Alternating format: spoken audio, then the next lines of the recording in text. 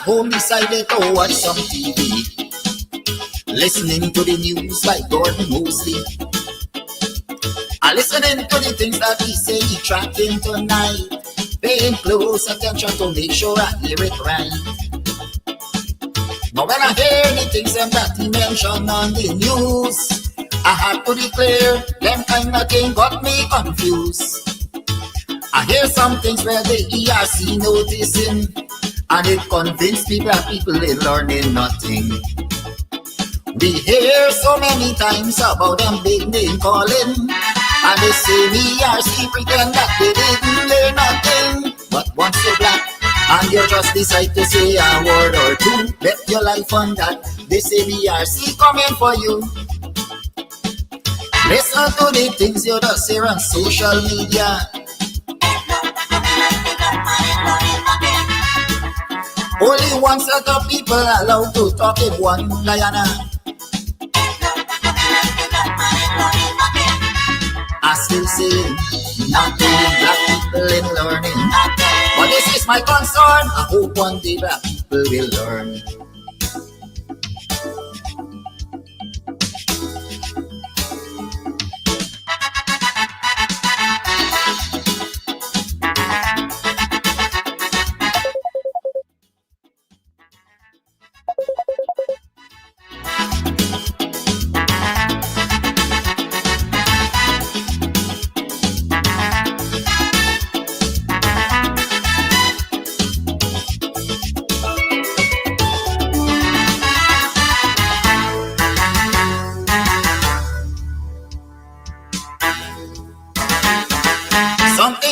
ERC that I would like to know, if any of his members happens to be black people.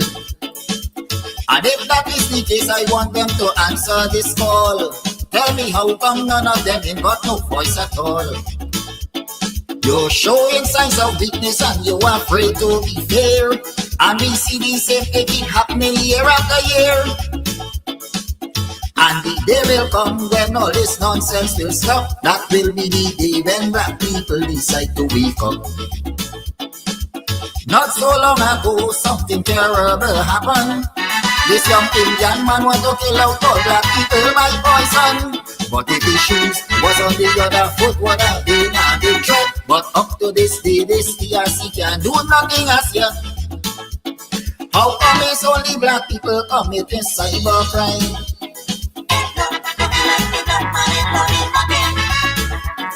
When pretty on social media busting people all the time, I still say black people in learning. But one day will come when the entire table will turn.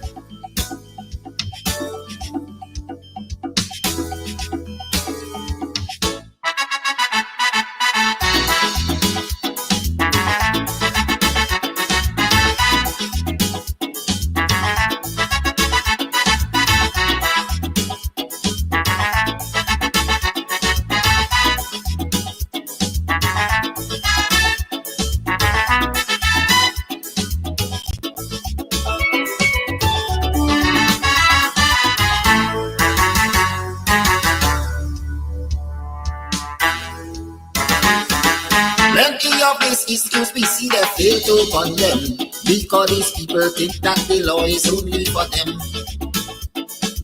And anybody else who decide to file a complaint, they go call you a racist and don't want to hear nothing. Plenty complaint from time to time has been brought to their attention, but because of this one-sided cybercrime, it's why they don't show any concern. There's only one set of people that they really care about, and black people must take the abuse and shut them out. Kidaki Amsterdam went to court just recently for an issue that was highlighted by the same ERC. And with breakneck speed, the police decide to jump on his case. Without a search warrant, they went and search up the man's place. Let us all agree that black people under attack.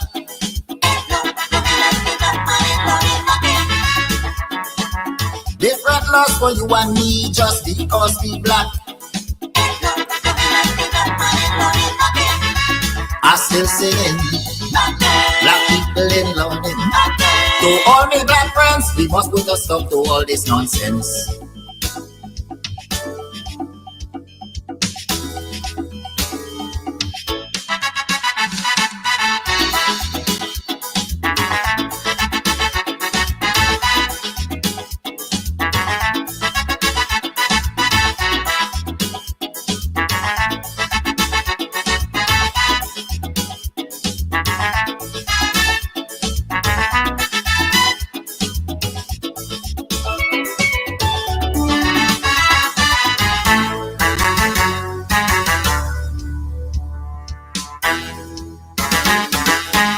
Many in the cybercrime laws to keep people silent, just to make sure nobody criticizes this government. And while that is a very clear case of dictatorship, it is no surprise that the ERC ignoring it. Why only the chosen few is allowed to have things their way, when people like me and you must have nothing to say?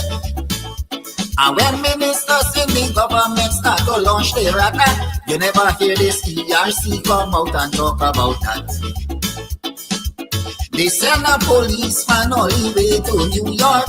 This fella went up there to serve a coat someone on Rick Forward. Under this thing, this government decide to fabricate that case, but like they forget the warning they get from Latisha James. The vice president described that he used as a low life.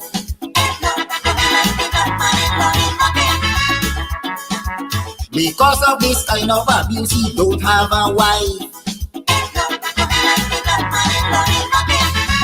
I still singing. Black people in learning.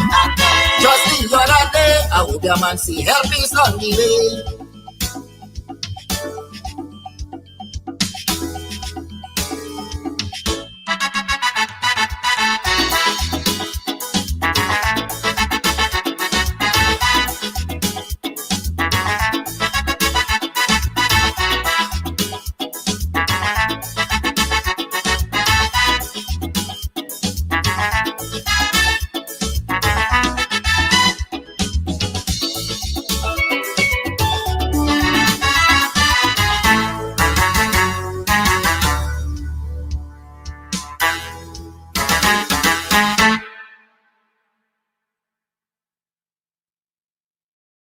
All right, so today we are here at Club Twilight up in Buxton, and we are here to talk about all that's going on up here. Trust me, if you are on the East Coast, you're in Buxton, you're in town, you're looking for a place to get away to, this is the place. The Cutters, mwah. Listen, I'll be having some just now again.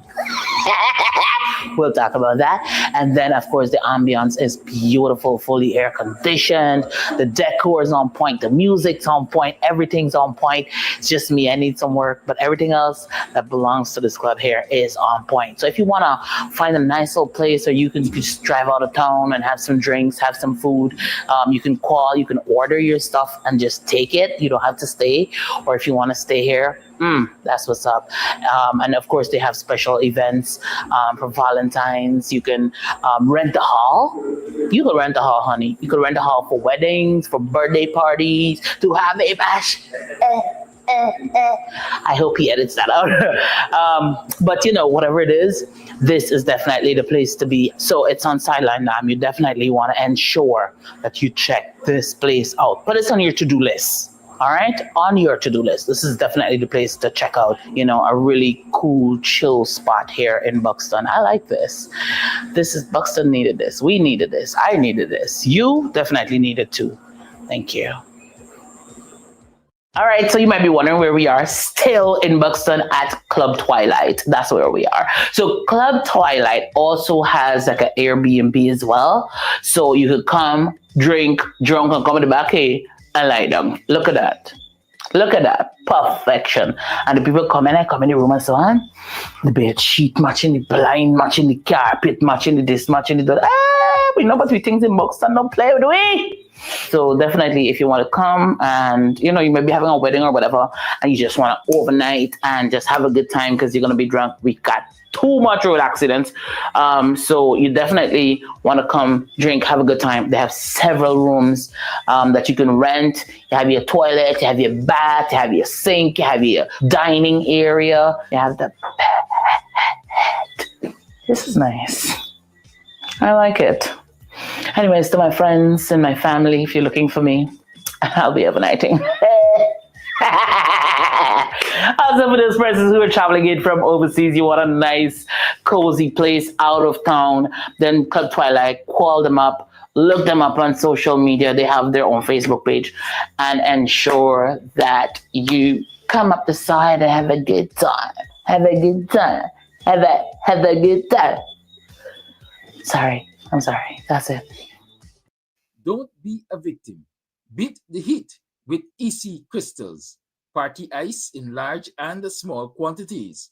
Call 682-7981 or visit us at Club Twilight, Sideline Dam, Buxton North.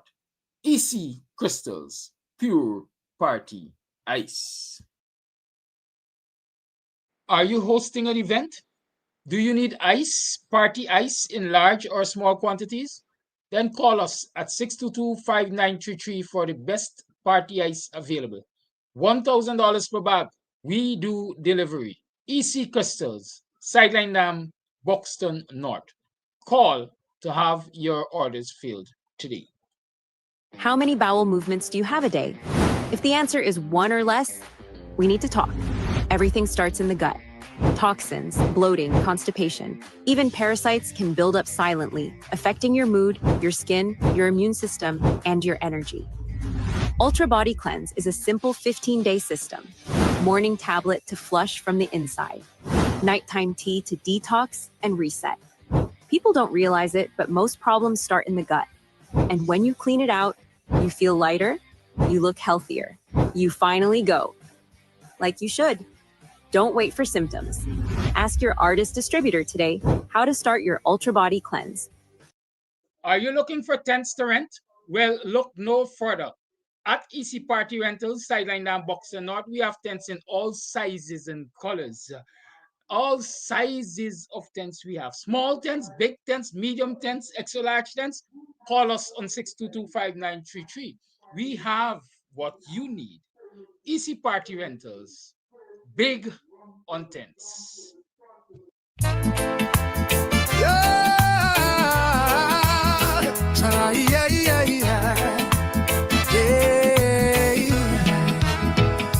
long them PPP fatten up while we beg. Milk and honey gone, but we still drink dregs. Them build big house while school roof fall, and poor man crying when rain start fall. Them take oil, gold and timber too, but the children hungry. Tell me what to do. From Berber straight to let them side, it's only lies them they're trying to hide. It's been too long, too long. The PPP must go. We've been silent while them do wrong. Too long, too long. Them thiefing with a suit and a song. Too long, too long. We paid the price, they played the done. Guyana rise, we must be strong. This can't go on. Nah, this can't go on. Yeah, yeah, yeah. Contract signed in the middle of night. No tender, no board, just bribe and spite. Them cousin, them friend, them pot the deal. While pensioners can't afford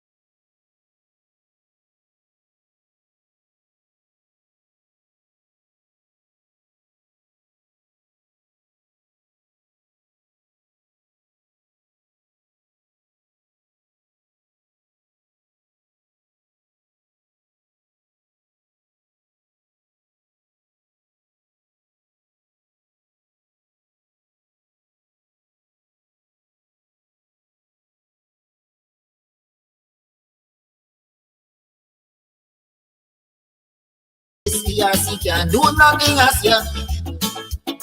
How come it's only black people committing cybercrime?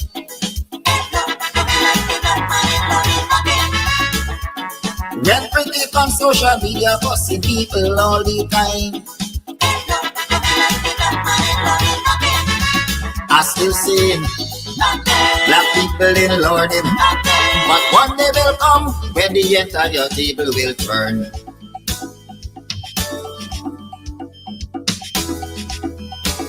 I think it's gonna be different because we learned our lessons from the previous nuclear development, and so we got eyes on them. And there must be a clean sweep across the agencies of state to ensure that all possible sources of leakages of information and undermining and so on are curtailed.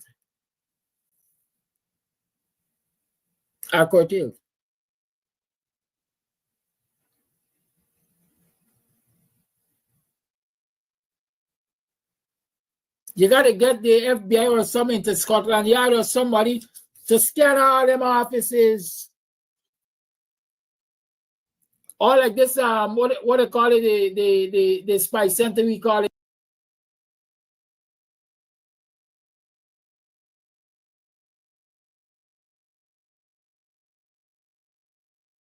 Neighbor morning.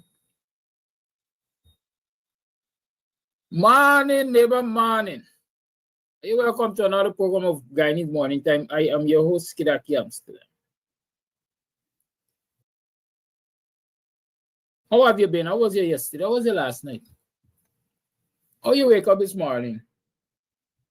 What were you able to achieve yesterday? How did you make out with those smart goals that you set? Those short-term, medium-term, long-term goals. Have you been able to achieve them? I got some very short-term goals this morning.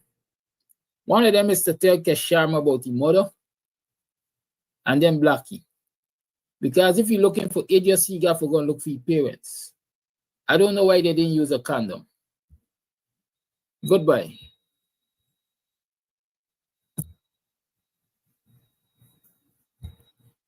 And as my short-term goals continue, I want to go to Chris Dean. Is he dreaming? Yes.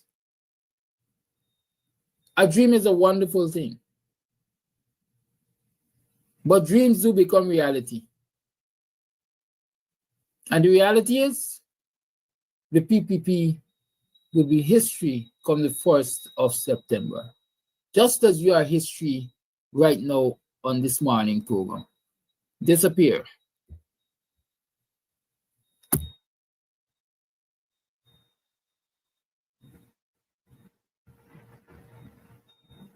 They got one named Sugdio.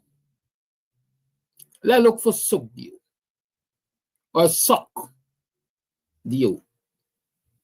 Because I understand it's the pastime. Old people say,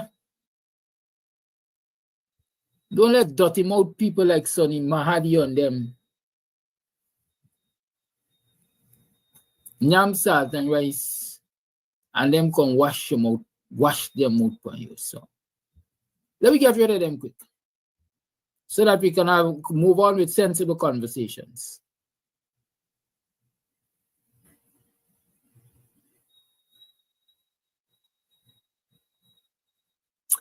Ranger told me we have to sell planting chips for jobs. Goodbye. Go sell planting chips.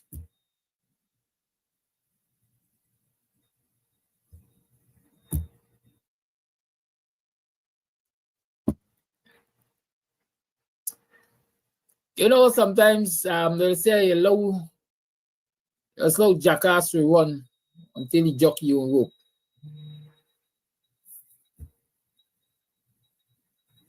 Low jackass will run until he jockey you on rope.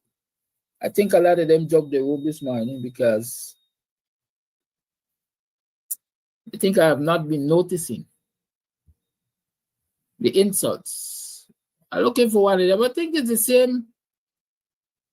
Oh, it's Udit. Yeah, Sham Udit. Then it would never get good. It's always a crab dog to bring it down. Yes. A PPP crab dog. In the likes of Jagyon and Nandalal and Ashmi Singh. Yes, a PPP crab dog. And they're supported by crab dog like you.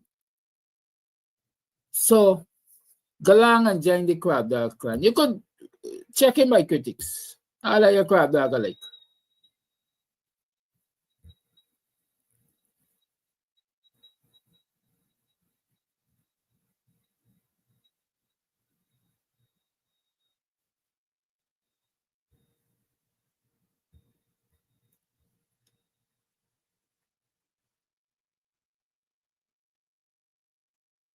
I feel like hearing some music.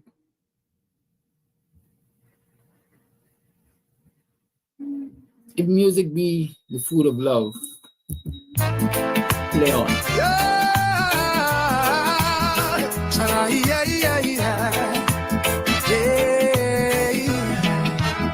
Too long them PPP fatten up while we beg. Milk and honey gone, but we still drink dregs. Them build big house while school roof fall, and poor man crying when rain start fall. Them take oil, gold and timber too, but the children hungry. Tell me what to do. From Berber Street to let them side, it's only lies them they're trying to hide. It's been too long, too long. The PPP must go. We've been silent while them do wrong. Too long, too long. Them teething with a suit and a song. Too long, too long. We paid the price, they played the gun. Guyana rise, we must be strong. This can't go on. Nah, this can't go on. Yeah, yeah, yeah. Yeah. Contract sign in the middle of the night. No tender, no board, just bribe and spite. Them cousin, them friend, them part the deal. While pensioners can't afford one meal. The court slow, the press hush, hush. And critics end up on the bus. You talk too loud, they label you bad.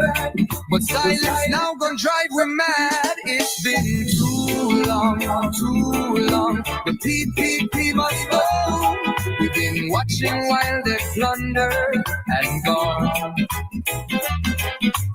Too long, too long. It's only rich men they cheering on. Too long, too long. We dream dead while they live strong. Guyana rise sing with freedom song. This can't go wrong. Nah, this can't go on. Yeah, yeah, yeah. Who own the trucks? Who get the land? Who signed the check with blood on hand? Oil money flow, but not to we. Where the hospital, where the subsidy? It's been too long, too long. The PPP must go. We suffering wrong.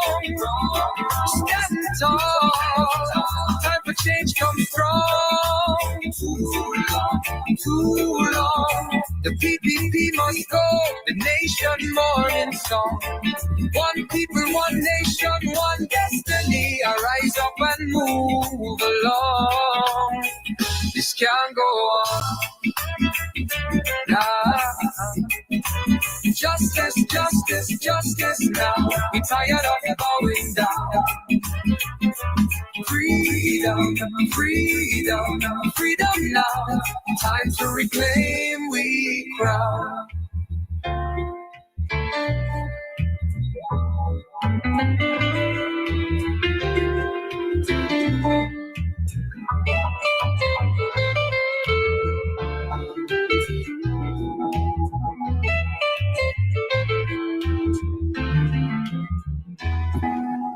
This morning is my cuss out morning. Say you have to prepare for it. I cussing bad this morning. Not FNS and I promise you, I don't really use it on the program. I just use it sometimes, but not on the program. If one slip out, it slip out. Right, but I am almost sure it's not going to slip out. So the underlying body junkie asked me, how can Guyanese trust and place confidence in the leadership qualities of Aubrey Norton when only recently so many prominent PNC members resigned from that organization? And he lists members of the caliber of Amna Ali. She dead. She dead. They say, speak no ill of the dead. So I'm going to left it there. She dead. But she's a prime example of all of them who believe that they're God. And they own people and they could do as they like. A day will come when there will be no more. She's dead. Who's the next on the list? Gita Chandan Edmonds. Of what caliber you talk? Do you want me to get personal? But I won't get personal. But what caliber you're talking about?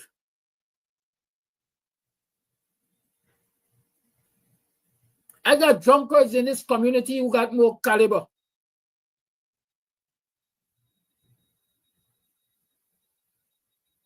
And had more self-respect than the likes of Gita and James Bond and Jeremy Figueroa and Daniel Seram and Van West Charles.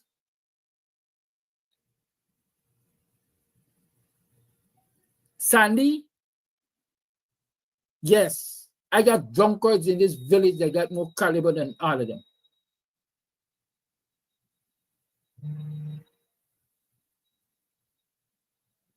A whole list of self-serving people. Mediocre. They might celebrate. Sandy likes to talk about his education, what degree he got, and masters and mistresses and all of that.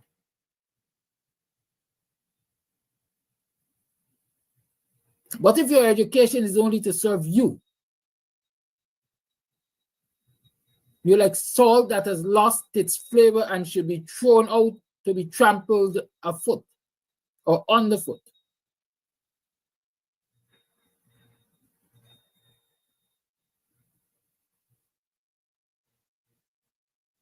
Ask Figueroa what he has done for the people of Linden as their representative. Compare what he has done for the people of Linden and compare what he has done for the Figueroas.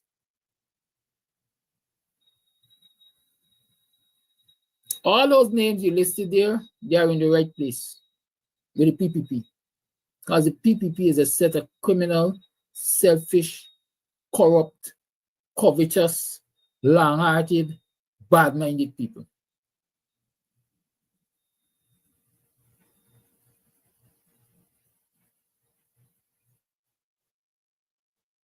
So they're leaving,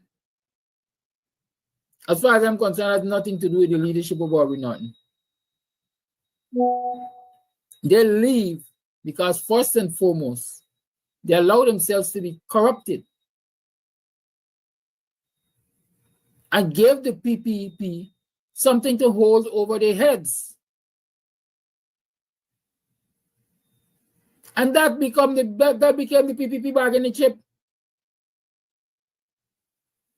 Y'all come and shelter under our corrupt bosom. If you come and shelter under our corrupt bosom, we might drop the matter on the hundreds of acres of land.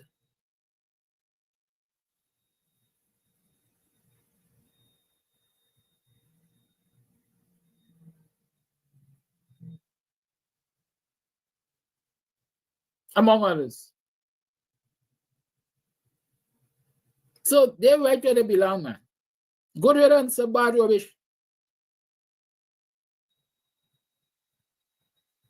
And now that I've answered you, well, the answer ain't complete yet. Let me complete the answer. How Guyanese can trust the leadership of Norton?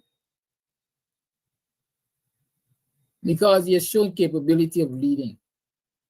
For all the years that Norton has been in public life, in public service, he has shown the ability to lead and deliver. Whether it was a lecturer, as a lecturer at the University of Ghana at Critchlow Labour College, or wherever else, he has shown the ability to deliver. Whether it was as a foreign service officer, he has shown the ability to deliver. One of the biggest environmental projects in this country that we like to talk about, Irocrama and what they call them, green carbon credits and so on. Go find out his role in those negotiations. He's not a laughing stock. He could pronounce words like reparation and reparative, according to Ali.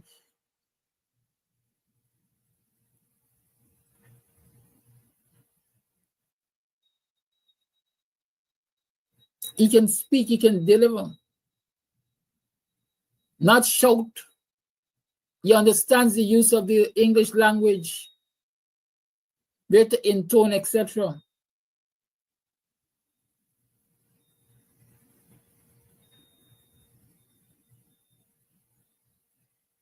And certainly, he's ethical.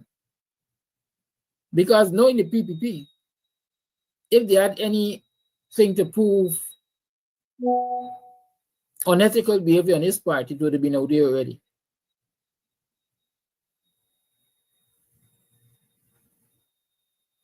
And when I talk about unethical, it brings to mind that in that list there's a particular woman who, despite all the shenanigans and the facade, in my book, is nothing but a self-serving, unethical human being. When you can conspire to accuse a colleague, a comrade, one you've walked alongside, in this instance, in the political realm, of a dastardly act such as rape, you are totally unethical, and that's unforgivable.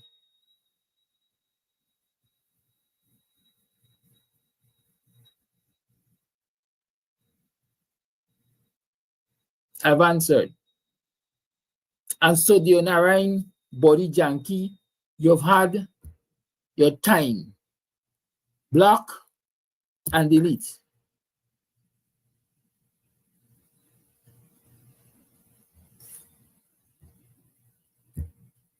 Degamo, I spent enough time with you this morning. But sometimes you just have to spend time with you. You have to clear out sometimes. Sometimes you just have to clear out. Because they're adding nothing to the conversation.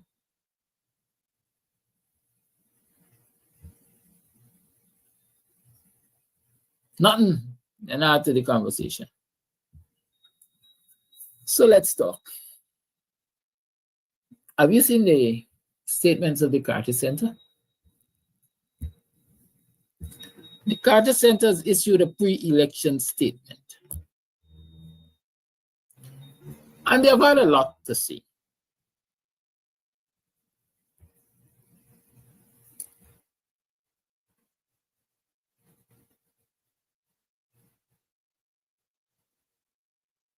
I will read quickly the summary. How long is the summary?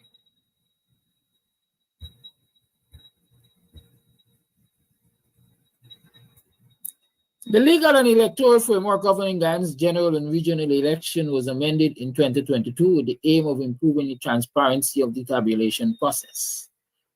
Important changes also were made to voter registration. Concerns persist among some Guyanese stakeholders about issues such as the integrity of the voter list and the need for GCOM to improve public communications and engage with political parties. The Carter Center notes the ruling party has used state resources and benefited from biased state media coverage undermining the equitable treatment of candidates. The Carter Center is concerned that only 4 of the 6 political parties contesting these elections signed the ERC Code of Conduct for political parties and strongly urges all parties to sign and uphold the code. The Carter Center mission has noted that although political campaigning has been generally peaceful, several issues risk undermining the integrity of the electoral process, including local authorities' approvals of campaign events, alleged intimidation of public workers, and overcompliance by local banks with recent U.S. sanctions, which threatens to hinder political participation. In addition, campaign finance continues to lack transparency, and in the absence of clear regulations, media fairness remains a concern. The Carter Center's International Election Observer Mission in Guyana. The center was invited. All right, meanwhile, we don't have no time for that. Summary of observations, legal framework. Tabulation. New arrangements have been introduced to the Representation of the People's Act that decentralize the tabulation process to the sub-district level in the 3 most populous regions, Region 3, 4, and 6. Each of these sub-districts will have a supernumerary returning officer to perform functions within the sub-districts similar to those carried out at the district level by returning officers. Tabulation will now take place at a total of 17 locations across Guyana's 10 electoral districts. The amendments provide for the immediate online publication of statements of polls and tabulation forms and the electronic display of each statement of poll during the tabulation process. The amendments also reinforce the rights of party agents to observe all stages of the process. Severe penalties are introduced for violations, including non-compliance with the new provisions, such as failing to publish information, delivering false information, not providing certified copies to superiors, or obstructing party agents. While these changes could provide greater transparency, the Carter Center calls on GCOM to publish detailed tabulation procedures for the public as soon as possible. Voter registration. The National Registration Act were amended to remove residency requirements for voter eligibility. The NRA was further revised to discontinue household registration, establish registration primarily at designated offices, and introduce a 2-phase annual registration process not tied to a specific electoral cycle. In 2025, the High Court reaffirmed that residency is not a constitutional requirement for voting, including for the regional elections. A noteworthy 2021 amendment to the Registration of Births and Deaths Act allows adults who lack a birth certificate to be issued one based on certain documents, including a declaration by a person of high standing in the community, including a Tushaw in indigenous communities, where lack of documentation has historically been a problem. Adjustments were also made to enable GCOM to coordinate with a wide range of officials to verify deaths and remove names from the register accordingly. Voter registration and the voters list. The official list of electors for the 2025 election was released on July 30th and includes a total of 757,690 voters, 376,703 men, and 380,987 women. The Carter Center did not observe voter registration and has not assessed the quality of the voters list.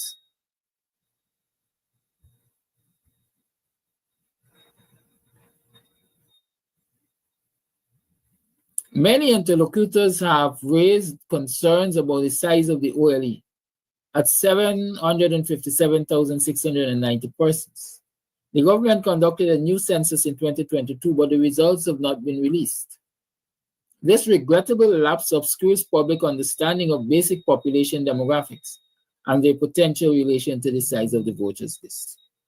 Following the recent court decisions and legislative changes, registered voters cannot be removed from the list on the grounds that they no longer reside in the country. While recent changes to the legal framework sought to be responsive to past concerns about removal of the deceased from the list and an expansion of GCOM's ability to engage with a wider range of agencies, further efforts are required in this area. These factors contribute to the size of the list. While the relative size of the OLE raises concerns for many Guyanese, the Carter Center has not received evidence of inflation of the voter roll. I'll give me a chance on that one.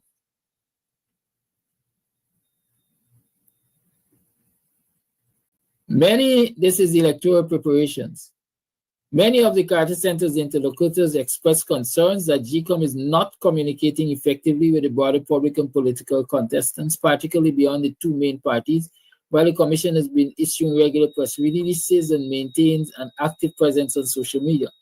The Carter Center recommends that GCOM engage the press regularly and predictably in advance of election day and throughout the tabulation process to inform the public of the status of its preparations. Given the lack of public understanding of the tabulation process in particular, the Carter Center urges GCOM to clearly communicate tabulation procedures to enhance confidence in the process.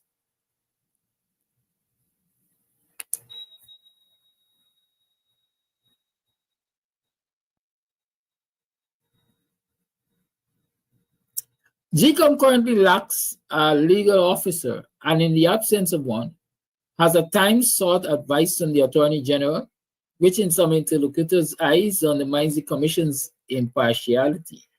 There may be questions to which it is appropriate to consult the Ministry of Legal Affairs, of which the AG is the subject minister.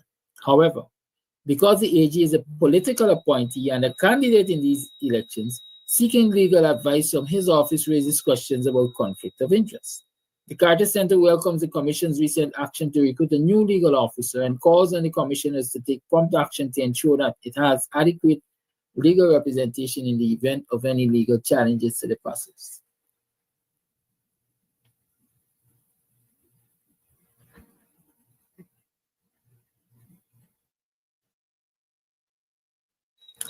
Commenting on campaign environment, all of the political parties approved to contest the election are campaigning across the country.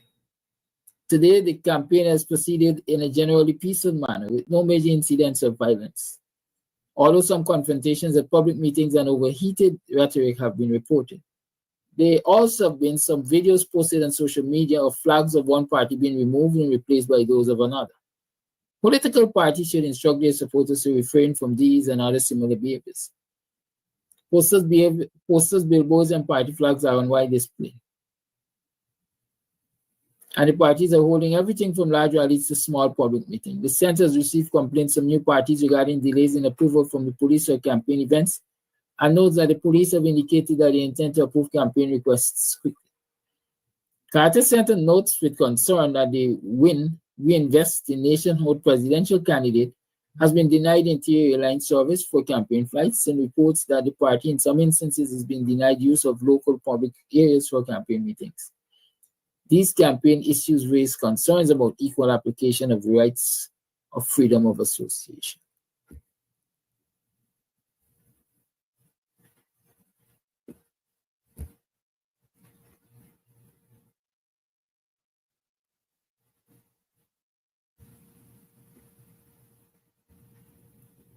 Campaign financing,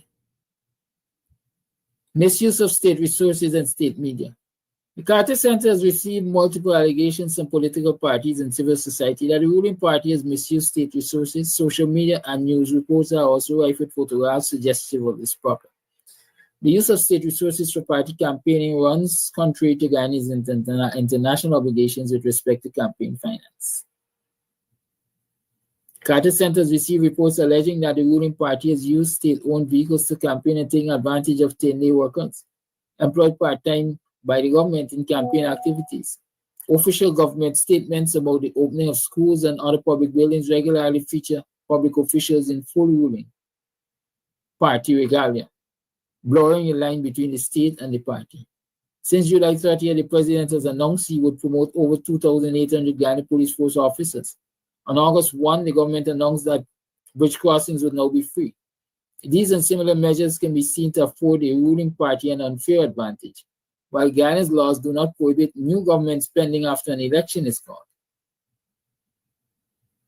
Such spending runs contrary to international standards and best practices intended to ensure a level playing field.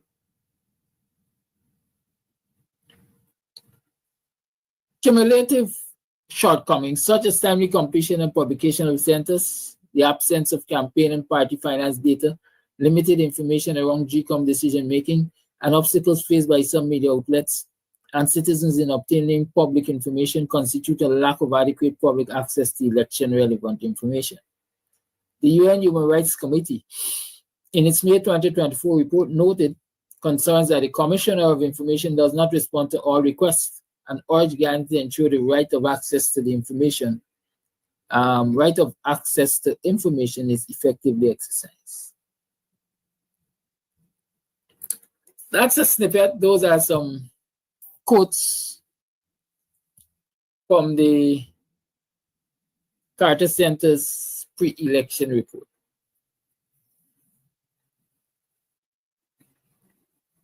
So you heard it for yourself. Good. You can dwell on that. We can dwell on that. We can take a hint from that. We can decide we will sit and let it slide, or we will confront it with 12 days to the election. We can do all of that. But what I want to do now is to continue to tell you about the APNU Manifesto and what Guyanese can look forward to when the APNU gets into government after the 1st of September. I did say previously that when the Granger government was in place, the age to apply for house lot was reduced from 21 to 18, I think. Yeah, 21 to 18. Then I just picked me and all of that. The PPP, when they got into office, they removed that. And they returned it to age 21, plus you gotta get picked and all kind of thing. Urban Ordnance committed in terms of land allocation. There's several commitments from the APNU government. One, all public servants will get a free plot of land. All of them. Whether they got or they ain't got, ones they didn't get from the public source, let me call it, they're going to get a plot of land. Well, here it is now. Any citizen, 19 years and older, earning less than $400,000 a month,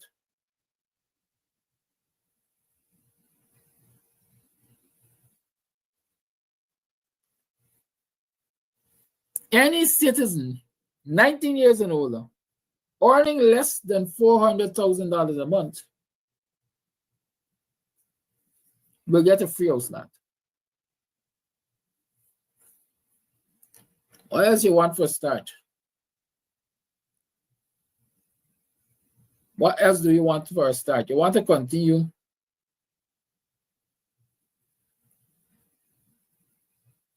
living in your parents' house?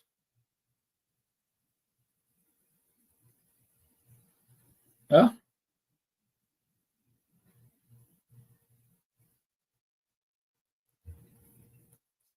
All Guyanese who do not own a house lot and working for or earning $400,000 and less, 19 years and older, will be allocated a free house lot. Y'all heard me on this program before cussing up. Cussing up. How it bothers me to see generation upon generation coming and living in the same space. Somebody knocking on a room on the great-great-grandmother old house. Somebody putting on a room downstairs, and so on and so forth. And people are complaining that they do that because they have no access to land. Gone were those days.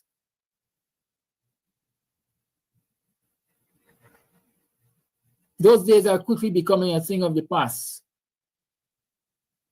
19 years and older, and you're earning less than $400,000 a month, and that sounds like the whole Guyanese population in the public service, definitely.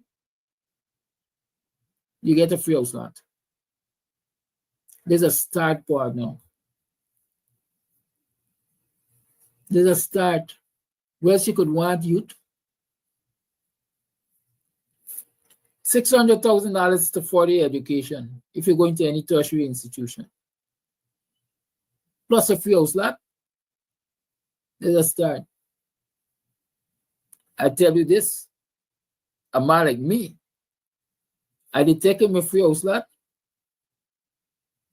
and the education grant of $600,000 a year. I did find some way to make them help me build a house. I did find some way to make them help me build a house.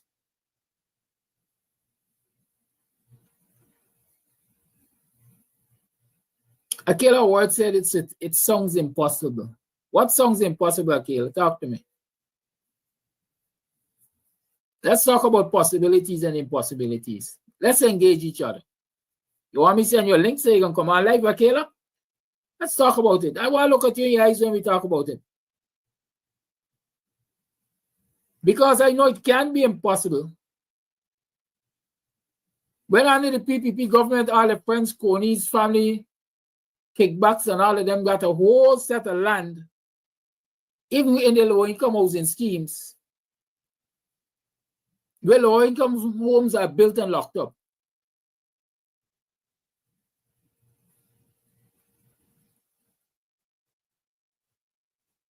It might reduce the possibility of these land grabbers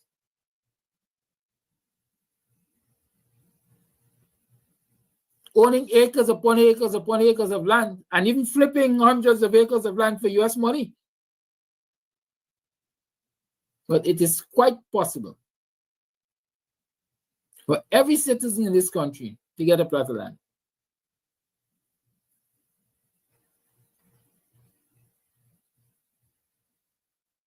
And our young people were looking for a start.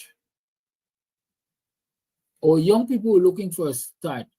I don't know, quite frankly, what else y'all could be asking for.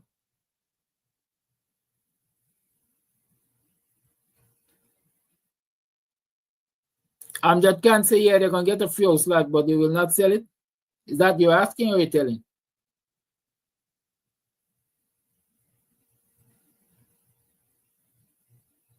I like to say there's nothing free under the sun. You might not have to pay for it, but there are conditionalities. And I, being a part of any government, will not give people free house lot without an understanding, without an undertaking, without a clause that says you can't sell it until X number of years, let's say a generation.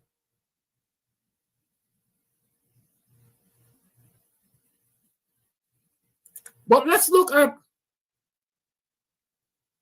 what a free house lot will do for you.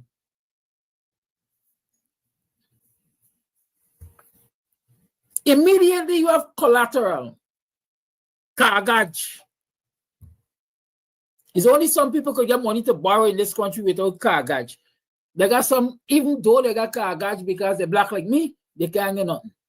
That's Terrence Campbell. Or the rate that they got paid when they get.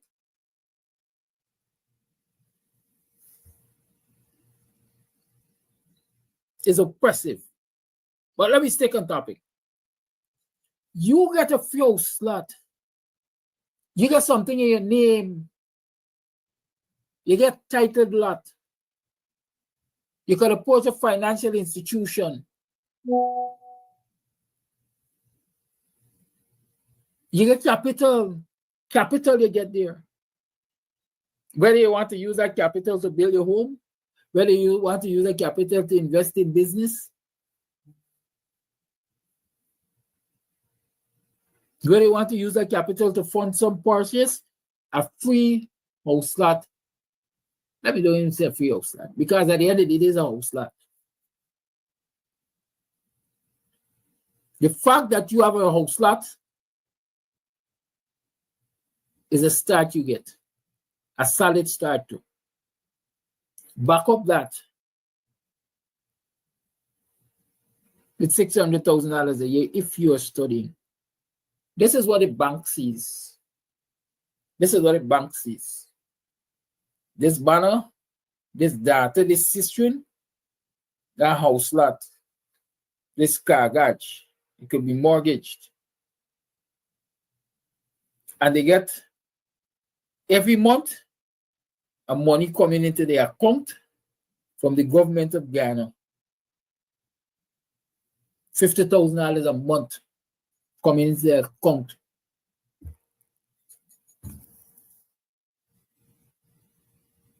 And so we know that we can lend them some amount of money that can be repaid from their $50,000 a month for X number of years.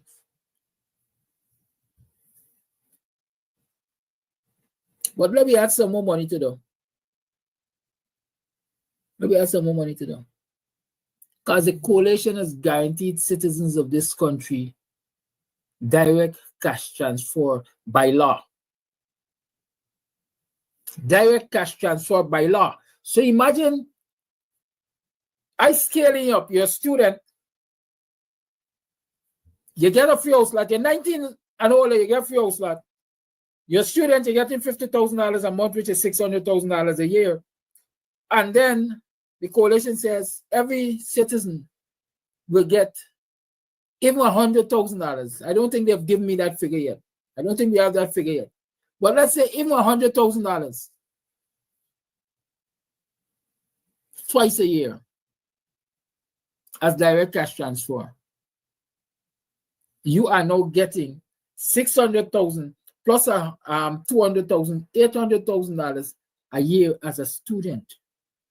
You get a piece of land and you're getting $800,000 a year. This is money that the bank is seeing. And you can use to approach the bank and get capital,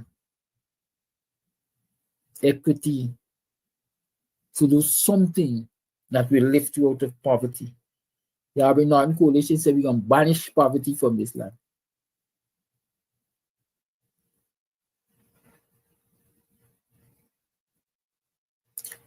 That can let me address you. Because when you say they're going to take them out slot and sell them, I understand the racist jargons of a lot of you.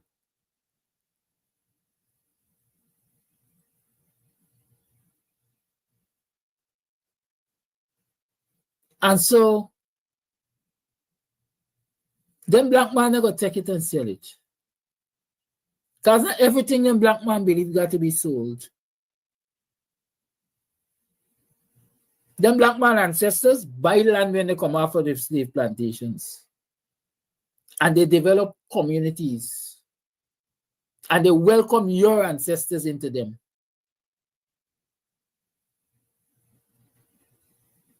And despite a lot of them, through hardships and oppressive tactics, were forced to sell, and some of them sell freely and so on, a lot of them still hold on to their ancestral lands.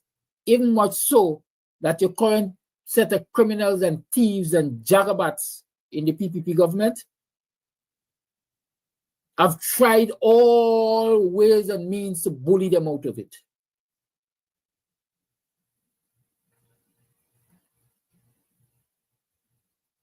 And even if they had a generation of them black man that didn't hold on to property, I will tell you that I take pride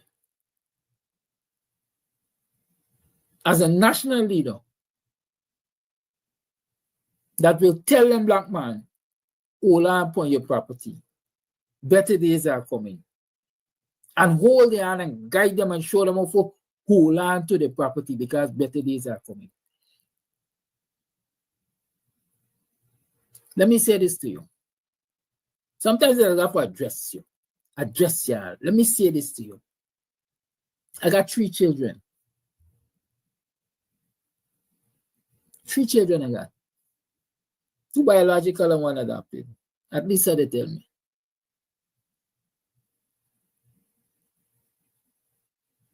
None of them will make 40 yet.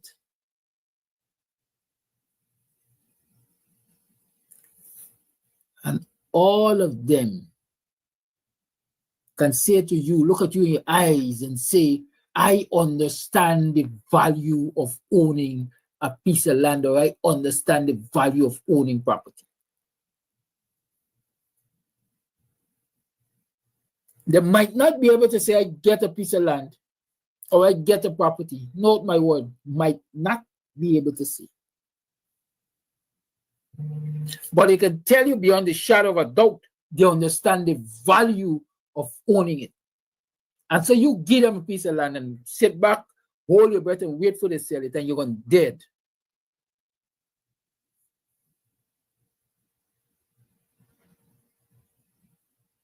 And I've made that my mission, to teach my people the importance of owning property and holding on to it.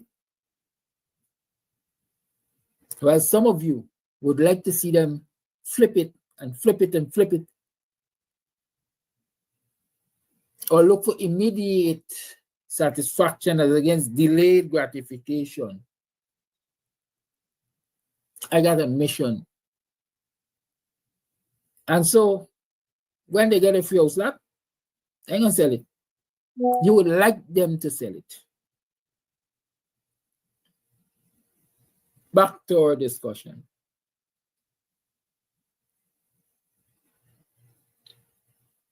Back to our discussion. So if as a student, you got a piece of land and you're looking forward, you're getting from this government $800,000 a month, a year, sorry.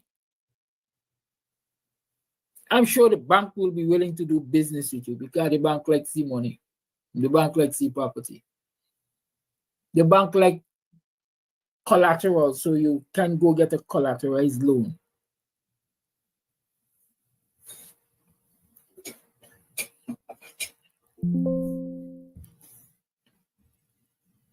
If these are the things, what's that problem? Somebody that might get. If these are the things that the APNU is offering you, when compared to a gutter contract every 5 years, when compared to an enforcement job for shoot, beat up, kill somebody, when compared to a 10-day a month job for 200 US approximately monthly.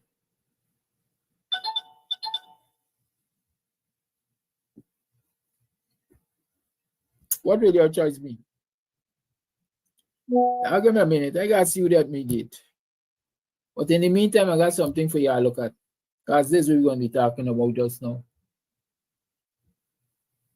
Because even when you get a piece of land, and you get $800,000, you still got a ways of pulling out the poverty.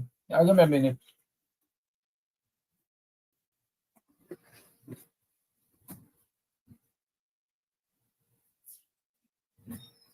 There.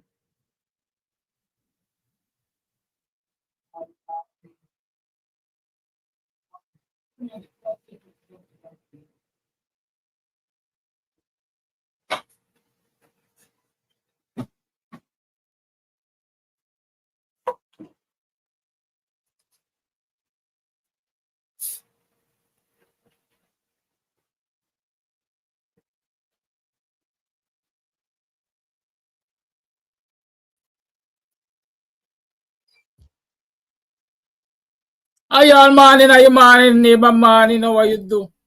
It's 7 hours 30 on the 21st day of August in the year 2025. How are you doing? I think this is the eve of the joint services boat. I wonder what them policeman and soldier man and fireman and all them other man, military man thinking. I hope it's to palm the PPP out. Yeah? Imagine two power ship, millions of US dollars when the month done, and there's still no reliable electricity in this country. It's blackout in the land of Guyana. But anyways, the program got to go on.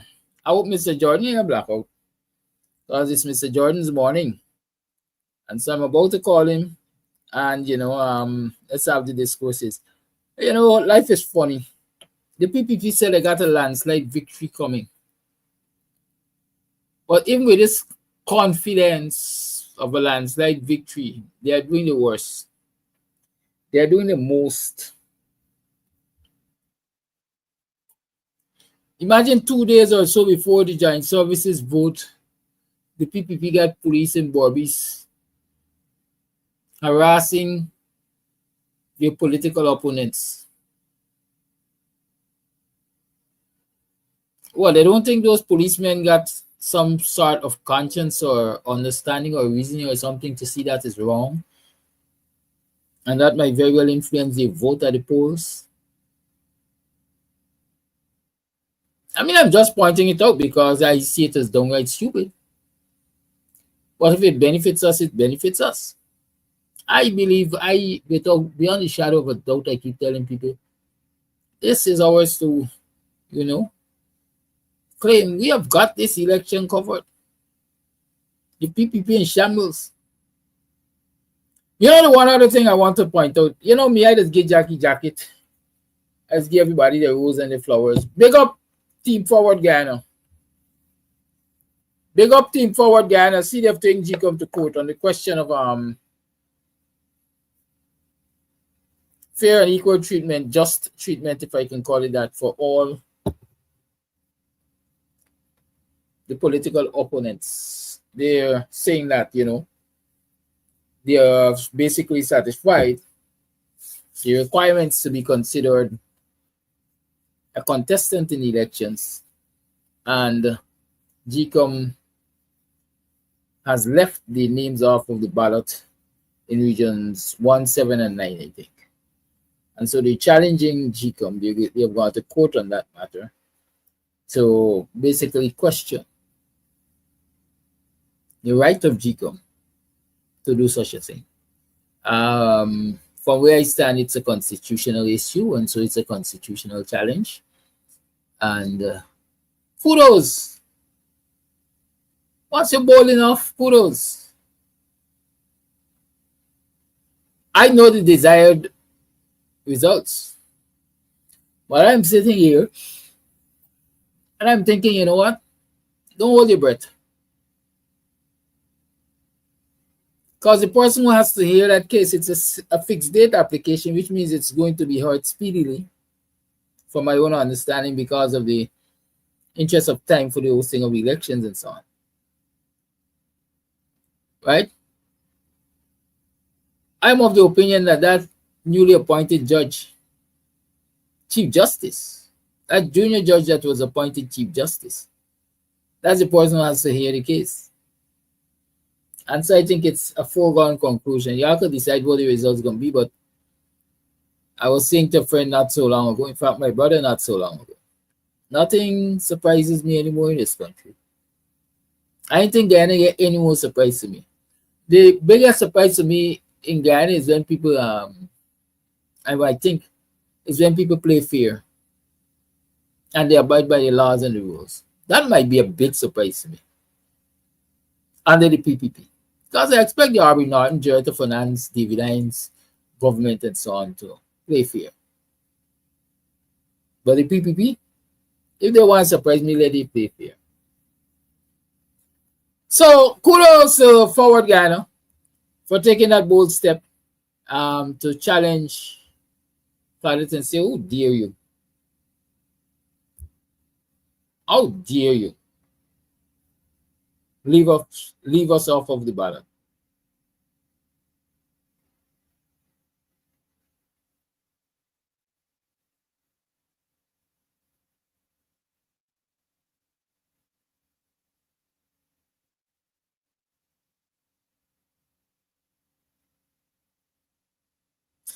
Yeah, let me call Mr. Jordan. By now, everybody, I am sure, should have decided, or they're voting. By now, everybody should have made the effort to find out where they're voting.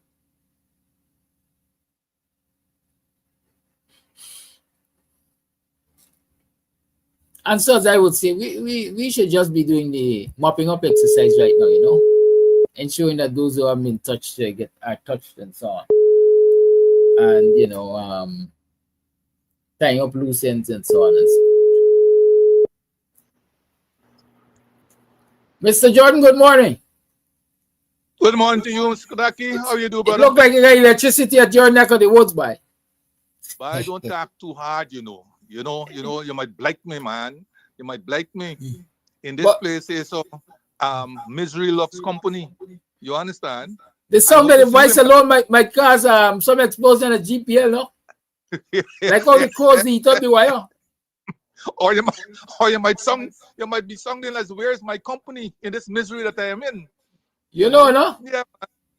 Well, it is such a shameful situation that in this Dubai or Dumbai country, where you have 2 power ships with perhaps a third on the way, and so on. Blackout is incessant, and all you could hear is Jagdio claiming that once we get back, there will be shake up at GPL. Wait, hold a minute. The people at GPL were put in by whom? By the coalition government?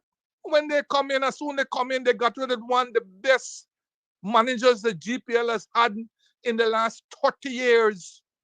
A manager, a CEO who was recruited from regional after advertisements were placed locally and internationally. Rigorous process that ultimately gave us the Jamaican person. He didn't get in any great super salary or something, but he was a master. He understood the system. He knew it. And everybody, including supporters of the PPP, if they want to be unbiased, they would be able to say that they enjoy a better supply of electricity under the coalition government than what they're getting right now. But as soon as they came in, he was promptly sent off. Right? So they have no interest in performance and so on. They got interest in friends, family, and favorites. The present CEO, was he recruited through an international advertisement? Huh? And they talk about nepotism. He's the brother of the Attorney General. And he was installed there. He wasn't a candidate who applied for the job after international thing, shortlisted and everything else, and came out as the best candidate. He was installed there, family. And then you're giving us this pious foolishness about if we win the election, there'll be a shake-up at GPL. Who are you shaking up? Your friends and family and favorites? So I hope as we come back to this, that people who have been fooled so often before will take the mote out of their eyes and the glitz from their faces and realize that all that is happening to you is that you're being fooled continuously. But that is an aside. I know, notwithstanding the blackout, that you have been given kudos. You must be in a good mood, Kidaki, are you? You must be in a good mood because I see you've been given kudos. So I think I will follow in your footsteps, and hand out some kudos also. So I'd like to congratulate Dr. Arif Bulkan on his recent elevation to judgeship on the Caribbean Court of Justice, Guyanese's apex court. In doing so, he is following in the footsteps of other Guyanese eminent jurists, Justice Desiree Bernard, who remains today. The last appointed Chief Justice and the last appointed chancellor in Guyana. Everybody else subsequent to that has been acting. Chang, Carl Singh, Roxanne George, and the present chancellor, who's now on leave. Everybody else has been actors. So he's following in the footsteps of eminent Guyanese jurists, Justices Desiree Bernard and Duke Pollard, both of whom are now deceased. May their souls continue to rest in peace. Dr. Bulkan served previously, as I recall, in 2018 under the coalition. Well, he didn't serve on the coalition, but he was appointed during the coalition's term to a short period on the Court of Appeal. And from all indications, acquitted himself extremely well. There's some view that he applied recently to be a judge on the Court of Appeal, prominent judge, but apparently he was bypassed. Apparently was bypassed, seeing that all the appointments or all the nominees have been named and most of the appointments have been made. You know, there's something about being a prophet in your own country or so on. You guys could complete the rest, really. He is obviously the brother of the well-known Bulkan family in Guyana, of whom Janet Bulkan, Dr. Janet Bulkan, well known, social commentator, environmentalist, professor, and so forth. Howard Bulkan, who was recently in the news, in which he was chastising the private sector and the government on the performance of on the 15% tariff that has been imposed on Guyana, compared to 10% by the other Caribbean territories, or most of the other Caribbean territories. And he was concerned that, being one of few manufacturers in the agricultural sector, more particularly in forestry, that he will be, his products will now be severely become uncompetitive with an addition of a 15% tariff. So yes, he was in the recent news. He's also a brother. And of course, the other brother, I won't want to say more famous, but Ronald Bulkan, who served as the Minister of Communities in the coalition government, and who until recently was a long-standing member of the PNCR. I understand now he is giving his attention to the Forward Guyana movement. As noted in the release by the Regional Legal Services Committee that looks after these appointments, that makes these appointments and so on, as noted in the release, Dr. Bulkan was selected from a field of about 26 applications spanning 14 countries as diverse as Nigeria, Fiji, Canada, Australia, and the United States of America. That he has come out on top indicates the caliber of the man, his mettle, and his scholarship, or what he would have done for our Court of Appeal. But we are sure he's going to shine, perhaps even brighter, in his new position on the CCG. So with his appointment, the CCJ will now be comprised of 2 Jamaicans, 2 Trinidadians,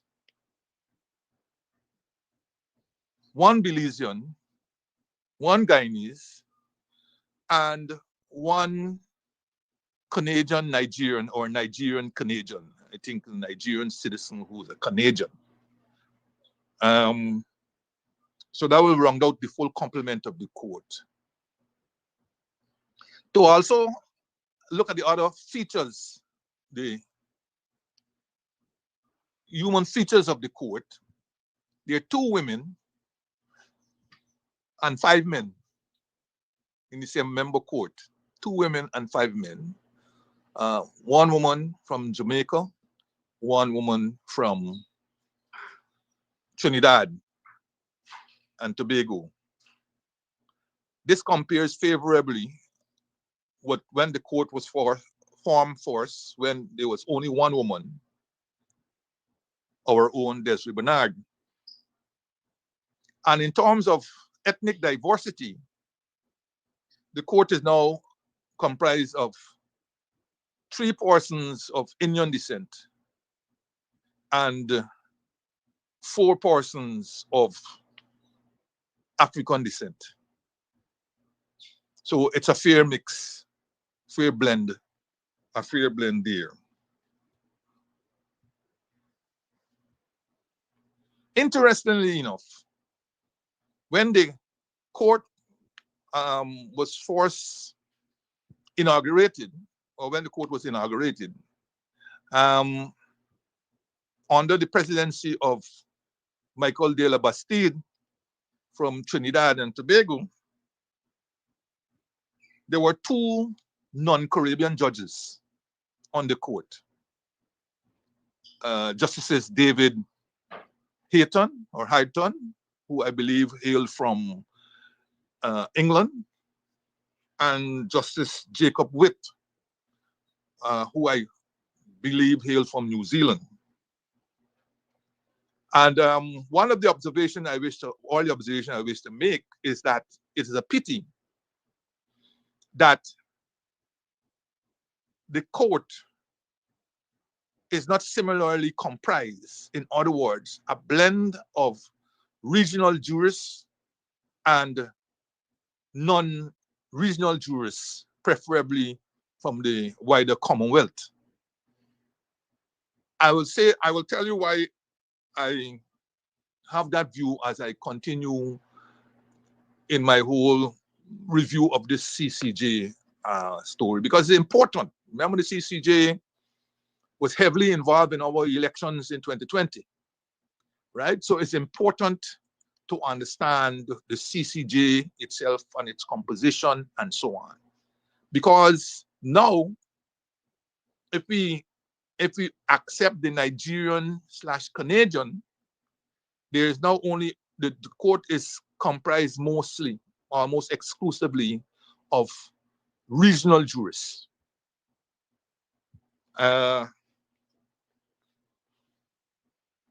Let me leave that at that stage. Dr. Bulkan is joining the court, the CCJ, at a time when wide skepticism in relation to non-members or non-members of the court still prevails. Since its inception, the CCJ itself has struggled to gain wide recognition among the CARICOM member states. And as I said, this is notwithstanding its diversity that I just indicated, right? It has a fairly wide blend in terms of geographic representation, a reasonable blend in terms of ethnic representation, and although not equal or equitable blend of gender representation, there's still an improvement from 1 when the court was inaugurated to now 2 women out of the 7 justices. And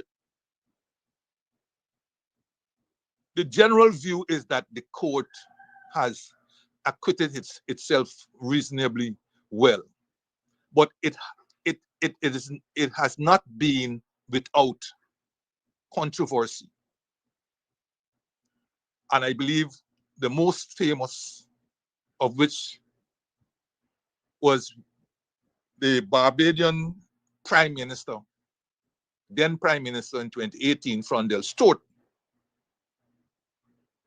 who had threatened to exit the Caribbean Court of Justice had he won the general elections that were scheduled for May 2018.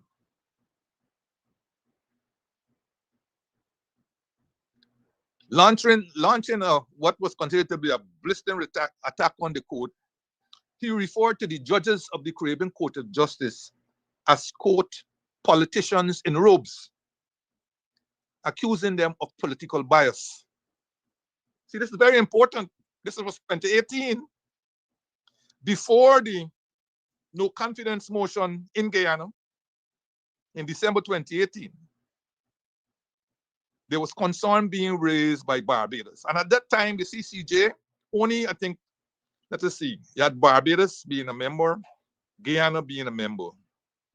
And in 2018, who else? Perhaps one more might have been a member. There might have only been 3 persons being members of that court. So with Barbados threatening to remove itself from the court for all practical purposes in its original jurisdiction. By the way, I should mention the court has two jurisdictions, original and treaty. Everybody is a member for the purposes of the Treaty of Chaguaramas, whereas accepted that the CCJ is the apex court for the determination of matters relating to the treaty, interpretation of the treaty, and so on.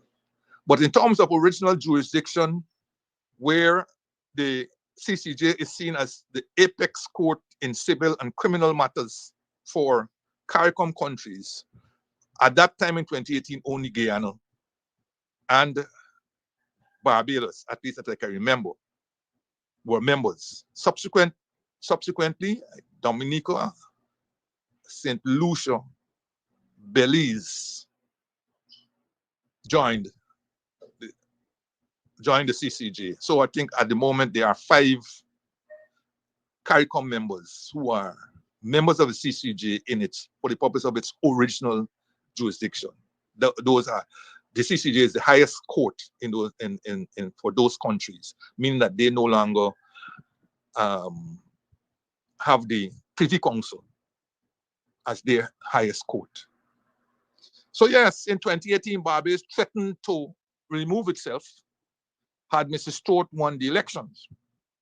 And of course, the controversy stemmed from the court's ruling in relation to the Shanique Myers case in a Jamaican who was suing, I think, was it Barbados? Barbados for her treatment.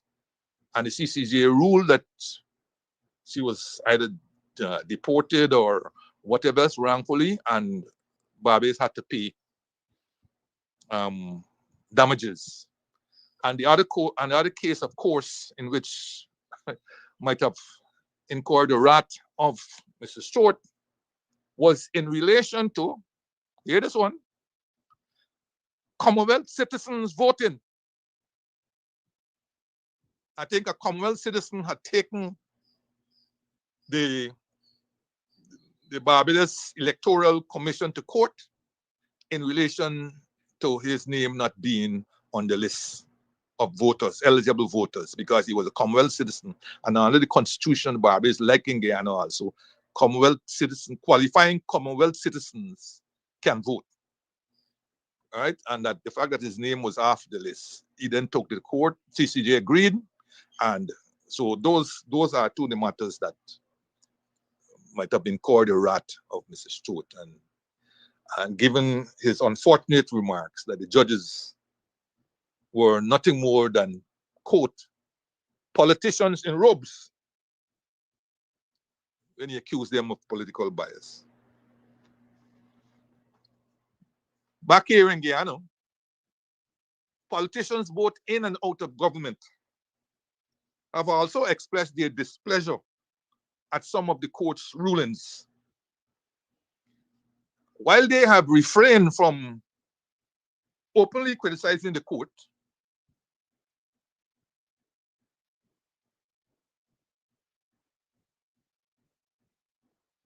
several politicians and others, especially during the period of the coalition government, expressed quiet displeasure over the rulings of the court during the elections in Broglio in 2020. And last week I alluded to perhaps what might be one of the ones that caused the greatest anxiety in this country when the court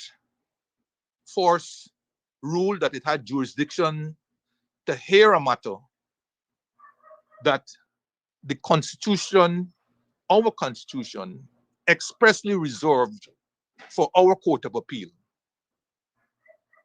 But the court, the CCJ, found that it had jurisdiction nevertheless to hear that electoral matter. And then, of course, proceeded to hear the matter and gave a different interpretation to what was meant to be valid votes compared to the Court of Appeal in Guyana. Of course, that CCJ decision did not sit well with several politicians in the coalition government and supporters of the coalition government, but being the apex court had to be respected and was respected.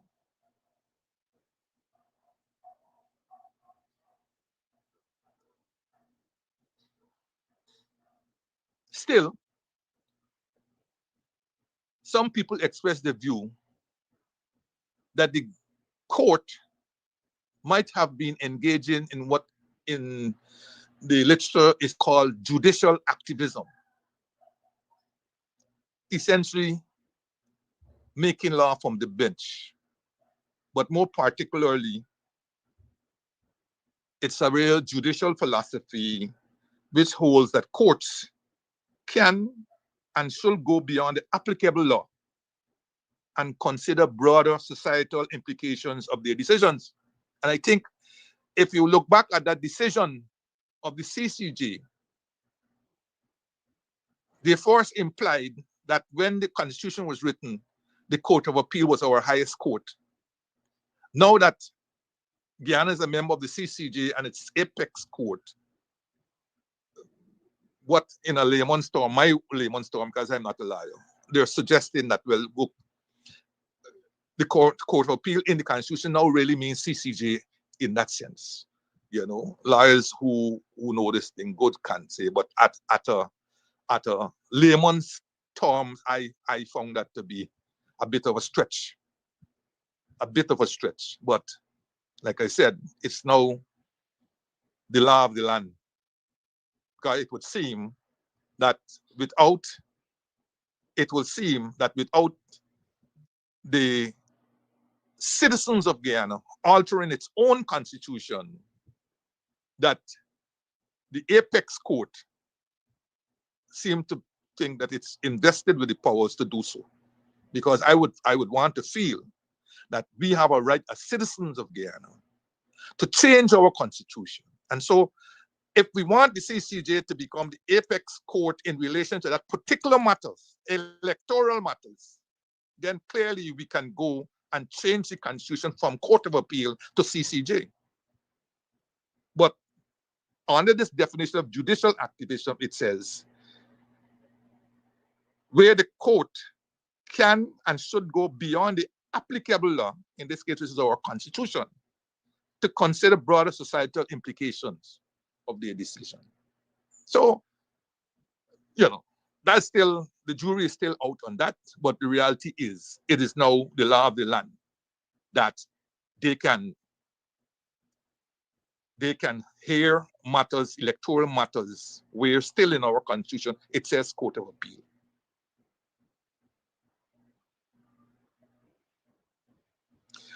So be that as it may, anyhow,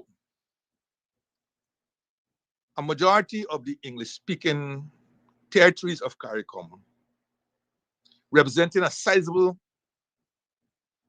proportion of the population of CARICOM. If I said English-speaking because I didn't want Haiti to be part. Haiti is not part of the court and unlikely to become part of the court in its original jurisdiction.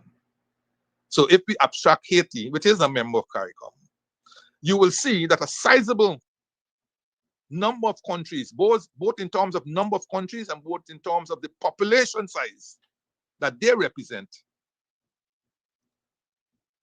are very skeptical about joining the court in its original jurisdiction. Even recently, when the present president took over and was invested in Jamaica at the last CARICOM heads of government, and this question was asked by journalists of Jamaica when they're likely to join the court, all the answers that you get could only be put down to wavering and waffling, but there was no commitment to join the court, much less joining the court anytime soon. Similarly, the same sentiments exist in Trinidad, the irony of which is that they are the seat of the court. They are the seat of the court. The irony of which they were in agreement with the setting up of the court, and they lobbied to get the seat of the court, but today are reticent about joining the court.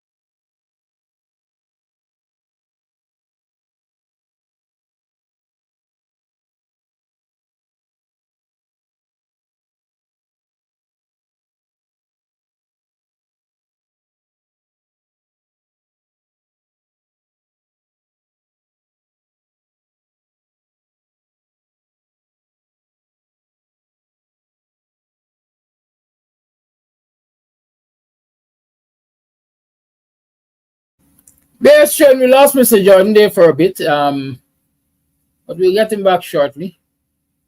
Soon and shortly, we'll get him back. So y'all will strain there for we. We're coming back to you just now.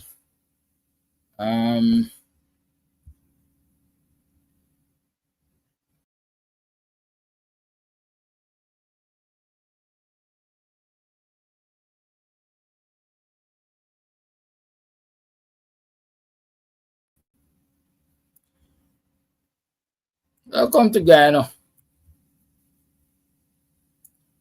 Well, like I said, any surprise for me is when the government decides to play fair. And perhaps when things controlled by the government work. That would be my surprise is.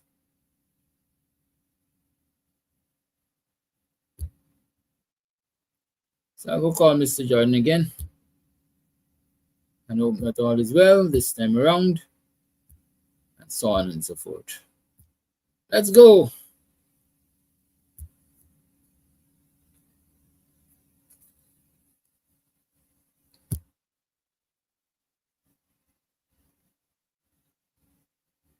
Come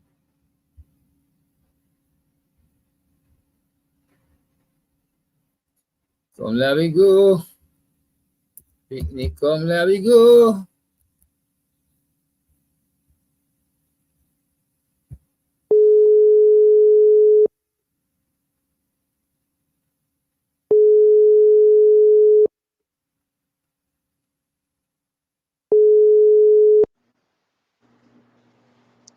Yes.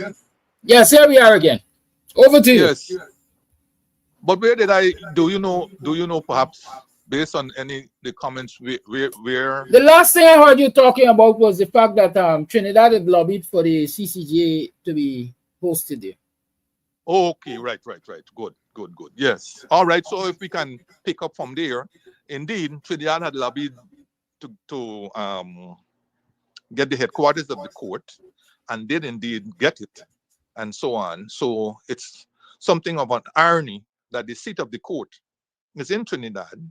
The first president of the court was a Trinidadian, and they are extremely reticent about joining the court. In addition to the fact that they are a republic and should have cut all ties from the mother country, they've still retained, and they still seem to be interested in retaining the Privy Council as their highest court in terms of the original jurisdiction. And similarly in Jamaica, one of the most revolutionary countries in the Caribbean, and so on. The fact that they are not a republic as yet still sees the king as their head of state and still are wedded to the Privy Council says a lot. In addition to, of course, they paid in terms of the contribution of the $100 million that the court used as seed money to set up the court, that they would have paid the highest at that time, based on all the criteria for the percentage payment that was calculated. So it is a concern on all levels. But I think the greater concern, which will be extremely hard to overcome, is how the Caribbean perceives themselves. A small community where everybody knows everybody, and therefore there's a concern that they will be tampering to the familial, collegial, community, and other friendships and relationships, that the judges are too close to whether prime ministers, other politicians, other influential friends, and so on. They're too close, okay? And that picking from this small community could influence judges. It's not to say that it has any merit or that we know of it having any merit. So the court has to work triply harder to dispel those notions. And to the extent that 7 years ago, that a prime minister of one of the countries that were actual members could be calling the CCJ judges politicians in robes, suggests or does not give comfort, especially those who have not joined the court as yet, and may give credence to what they perceive to be the two familial collegial relationship. Of course, we don't know that Mr. Stewart had any reason other than his wrath and his anger to be saying so, because it is the same Mr. Stewart who earlier in the year, I think, or in an earlier period, was chastising all those who had not joined the court as yet at that time. He had made those remarks at an intersessional heads of government. So it might have been earlier that 2018. So if a couple of months after making statements chastising the others for not joining the court, he was now talking about removing Barbados from the court because what he perceived to be the judges being nothing other than politicians in robes. Okay? And as I said, in our 2020 elections, and the involvement of the CCJ, particularly with that matter to do, where they ruled that they had jurisdiction and subsequently ruled about the issue about valid votes, it did not go down well with a significant part of the population, I said. So these are matters that the court has to deal with in terms of its optics and so forth, and to how to do what is necessary to persuade those who have not joined, particularly the two heavyweights, Trinidad and Tobago and Jamaica, who have not joined the court, how they can improve the confidence of those and the others, of course, to join the court. And as I said, it does not help that the court has moved away from the two non-regional justices that were there at the start to now one. Perhaps there could be a formula where the court will get at least two non-regional judges to sit on the court, if only to boost the confidence. Not saying that it's anything about the quality of the judges on the court or the quality of the judges in the region, but again, sometimes perception and optics are important enough. And for me, I would suggest that future appointments to the court bear not only diversity in the region and diversity in terms of gender, but also a balance between regional and non-regional. Because the non-regional can bring a very important part, an important experience and learning and so forth that could improve the quality of the decision making. Bringing influences from the rest of the Commonwealth to help us in our Caribbean jurisprudence, rather than what is now being perceived to be an inbreeding, in that almost all of the justices are from the Caribbean itself. And I don't know how they get wrong this idea of small and too much of familial and collegial relationship, but I think the only way that could be is in the decision making, and whether those decisions pass the smell test and whatever other tests.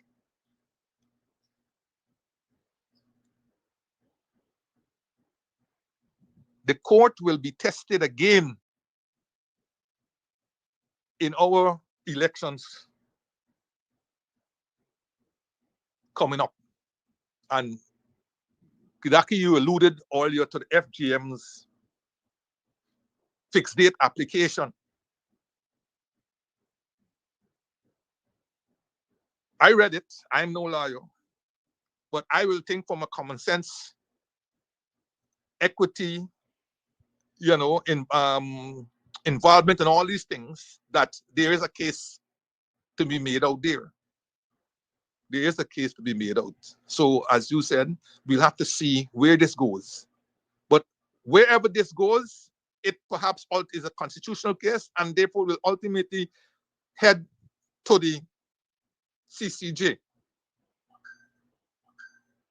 It may not be as controversial as the valid votes issue, but it's important from the standpoint of all the citizens, all the eligible citizens of this country in all the different regions having a determination or the same rights as those in other parts of the country. And so we look at that, and as I said, it's going to be. So there's one of the early cases that will end up at the CCJ, and the rest of the Caribbean once again will be looking on as to how these cases are dealt with at the level of the CCJ. How the court acquits itself in those deliberations and the decision making in these electoral matters, or the matters that likely to come to them, will of course be under the microscope, especially by those who have not joined the court. And no doubt they will be paying close attention, as perhaps they always do.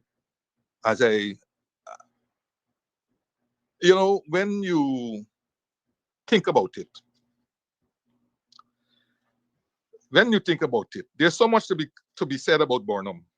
A lot of people, as you said all kinds of things, but there's a lot to be said about Burnham.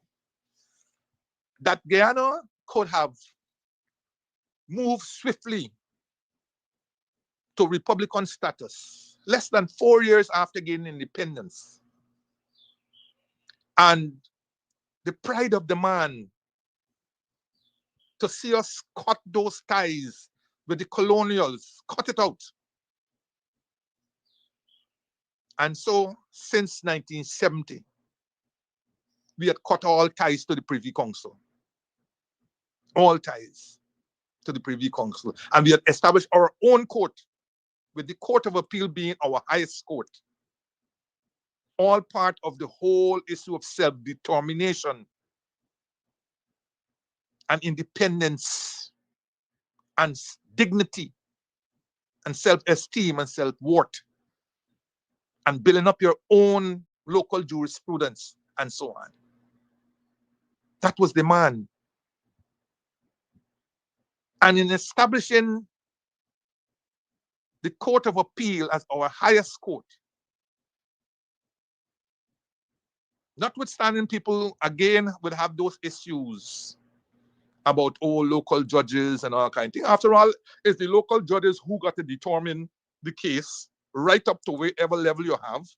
Then at that time it will go on to the Privy Council. It then jump from the beginning and go to the Privy Council. But particularly in ethnically divided societies, everything is suspicious and so on. But you can see in what Burnham was trying to do was build up local jurisprudence where our locals, our people, will be governing ourselves, will be judging ourselves. And I do not believe, notwithstanding the Caribbean man that he was, that he wanted to move from a determination made by one set of people in a colonial setting, Privy Council, to another set of people in a regional setting, as in the CCG. And that even if he did believe in that, and which I think he was, because he was a Caribbean man, that he would have reserved something for our self-here. And that in itself, in a sense, is what I felt that they did when they made the Court of Appeal in Guyana in relation to specific issues, our final court. That is only my interpretation. That is only my interpretation. That I felt he would have made Guyana join the CCJ, and definitely Guyana had to join the CCJ if it's Chaguaramas Treaty. And he would have made Guyana join CCJ in the original jurisdiction also. But that, and the reason why I'm saying that is because in the 1980 Constitution, there was no change in relation to the CCJ or any other higher court or some such language. In the amendments of 2000, the constitutional amendments of 2000, there was no adjustment to the Court of Appeal or any other higher court or some sort of thing.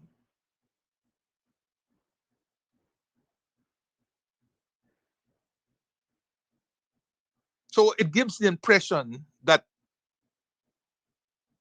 the people of Guyana wanted the Court of Appeal in Guyana to be dealing with that specific matter that the CCJ said they had jurisdiction in 2020. And you know, when you think back to some of the quality of the judges that were produced in Guyana back in the day, some of the chancellors, for example, J.O.F. Haynes, Victor Crane,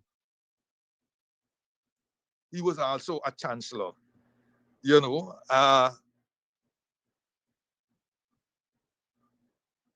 Chancellors and Chancellor Kenneth Montague George, whose daughter, Roxanne George, is also now an acting chancellor. He was also a chancellor. And when you consider judges and appeal court judges like Edward Loku, Sir Lionel Loku, Gaya Prasad, Percival Augustus Cummins, whose son, Peter Cummins,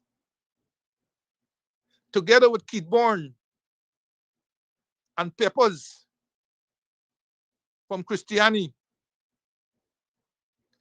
were the original founders and partners in the ill-fated Mazaruni Granite.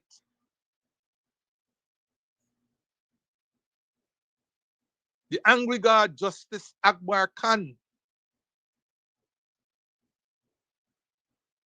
Joaquin Gonzalez Sabola, Dan Japan, Aubrey Bishop, Frank Vera, Rex McKay, who at one time also served, I believe, on our Court of Appeal for a short time, just like Arif Bulkan, Dudnath Singh, Dudes, Cecil Kennard, George Pompey, Donald Robinson, B.O. Adams, George Jackman, perhaps the best director of public prosecution that this country has ever had.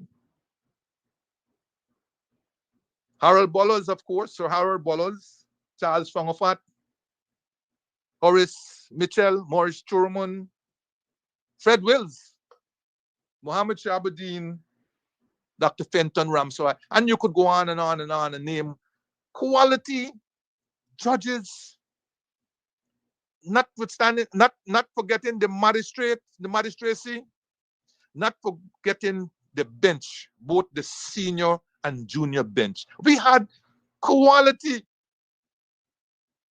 people of distinction who would have made any court of appeal, any high court, and so on, proud, much less the ones in Guyana. And so in many ways also, did I mention Chancellor Keith Messiah?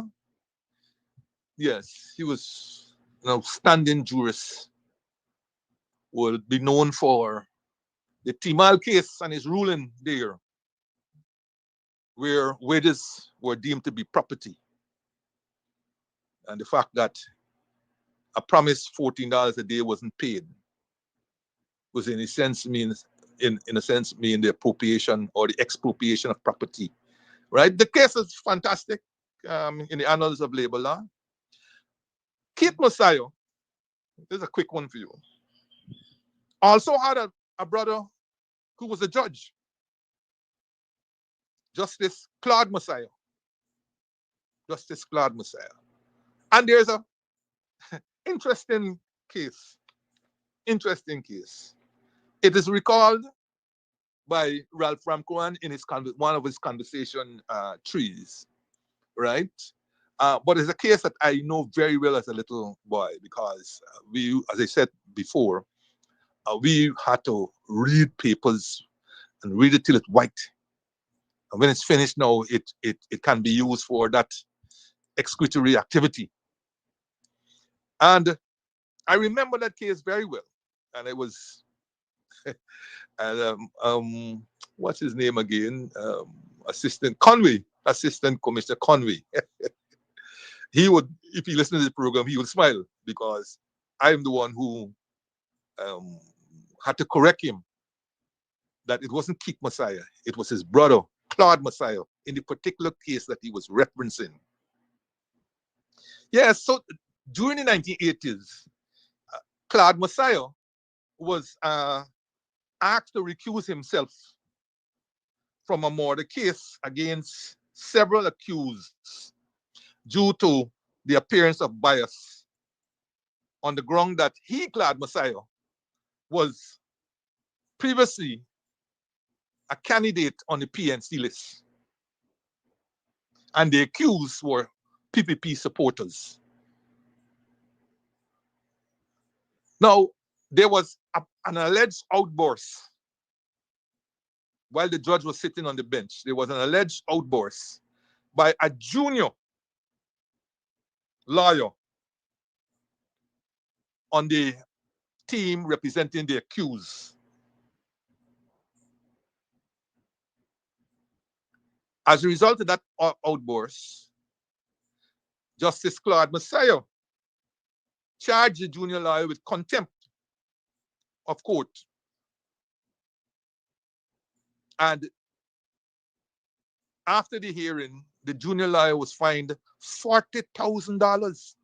Now, can you imagine what $40,000 was like in the 1980s? $40,000. That might be a couple of $1 million today. So you could understand the severity of the fine if it represented the severity of the accusation that was hurled at him by the junior lawyer. $40,000 was indeed a princely sum after the junior lawyer pled guilty. And as Mr. Ramkuran noted in his conversation tree, were it not for the stirring intervention and plain mitigation by attorney B.O. Adams, and the fact that the junior lawyer pled guilty, the junior lawyer would have been sent to prison. Contempt of court, I think might have carried 6 months, a year, or something like that. So, yeah, I remember that case well. I remember reading that case. I remember that case well. I followed it a lot. Right? That junior lawyer is now a senior lawyer, still around, and so on. Went on to acquit himself well in private practice and the magistracy, and so on. And if I'm not wrong, might have been elevated to silk, and so on. So, sometimes we blood a little hot, and sometimes we want to spread our wings and so forth, and may say things that ultimately will get us into trouble, and so on. But the thing is that we should learn. We should learn from that and not progress down the line that we're going. So that is my part on the CCJ, Dr. Arif Bulkan, and so on. I thought it was important because The CCJ was one of the actors in the 2020 election, one of the key actors in the 2020 elections. And they will be again. And I thought that some information on the CCJ might have been important today as we go forward. And this allows me, of course, since we were dealing with electoral matters coming down, to just segue to GCOM and the fact that the one, well, let's say electoral matters and not necessarily GCOM. So segue into electoral matters, substantial electoral matters in relation to the upcoming general elections. And the first one, of course, of note is the fact that the Carter Center has come out with its report. And I heard you, Kodaki, reading from the report yesterday, and so on. I think it is important, class, students, listeners, it was important, that report, because that report signaled a couple of things where this program should be taking kudos, but I didn't hear Kodaki. Maybe it's too modest. It is me on this program who had indicated that these reports of these observer missions made at the end of the election period, as opposed to giving us preliminary interim reports, wasn't serving any purpose. Wasn't serving any purpose. And perhaps they listen to this program because they have come out with a substantial preliminary report with substantial observations. So we should take kudos for hammering away that the observers were not doing us any justice by merely submitting report at the end of the elections, rather than seeking to give updated reports weekly or whatever to influence. And when I say influence, if you spot something wrong, then bring it to, you have to bring it to the attention of those who take, in the hope of them correcting it. Not for it to continue right to the end of the election, then you're right afterwards, this happened, that happened, and so on. So we must take some credit for that, Kinaki. This program must take some credit for that. We must also take credit for a number of the observations that I made on this program that are contained in the Carter Center's preliminary report. Let's look at some of them right away.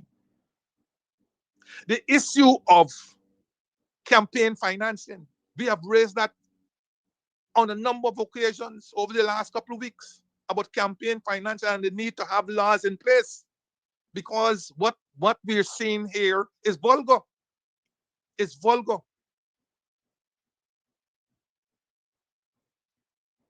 And they have gone a step forward by suggesting that the existing laws, because they're campaign financing laws apparently that exist, but they're outdated and they are observed in the breach. In other words, then nobody submits election expenses and all the different provisions in the law. Nobody observes them. Nobody submits anything to GCOM. And GCOM itself is at fault because they don't demand this kind of accountability, even if they may not. But now we are in a situation of unheard of money. Unheard of money. You look around, as I said the last time, you look around at some of what you see that the ruling party, you look around and figure out where that money is coming from. And you don't have to do any guesses anymore.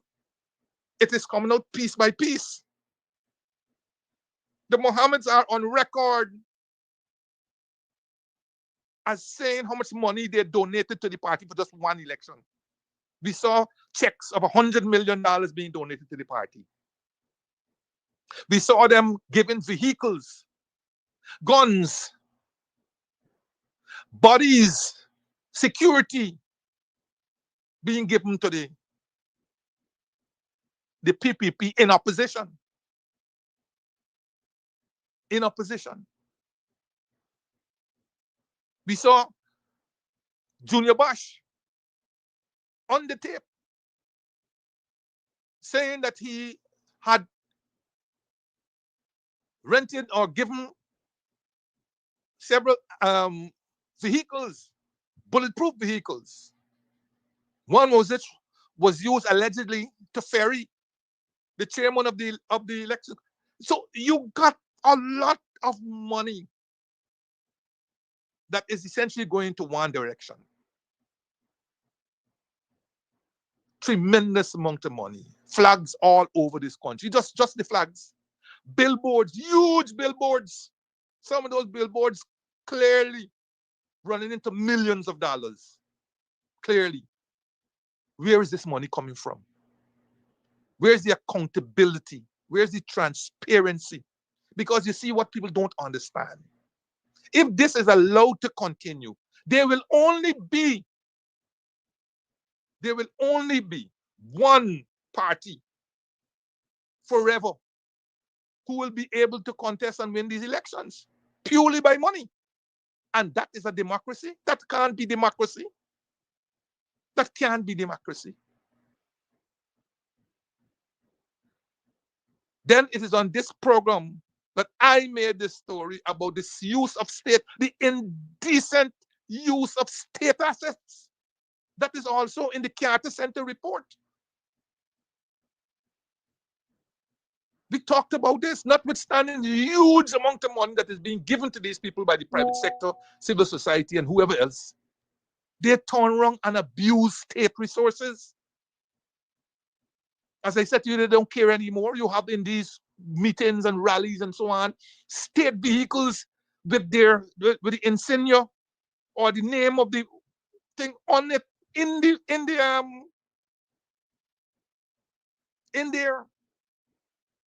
rallies. They have made that. They have made the observation about the 10-day workers. We talked about that right here. We have made the observation of the fear being instilled in public servants. And they have gone a bit further, even in private sector, where if they appear on rallies other than the PPP rallies, they are likely to lose their jobs, or they might likely to lose benefits, or they may be sent. Back in the day, we used to say to Monkey Mountain, but Monkey Mountain is a nice place, very nice place. I went there, beautiful place, and so on. So, in other words, they will be banished to Siberia, both in terms of their career and in terms of their positioning. People are bold enough now, public servants are bold enough now to go and mount political stages contrary to the public service rules and regulation.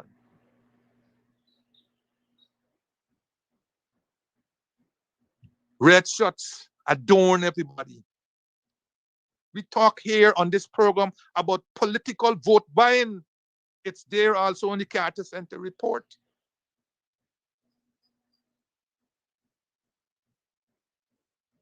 So, and there's so much more in the Carter that we flagged in this thing. We talked also right here about the behavior of a government, of a caretaker government. The acts that laws be put in place, but that there are conventions which are not being observed.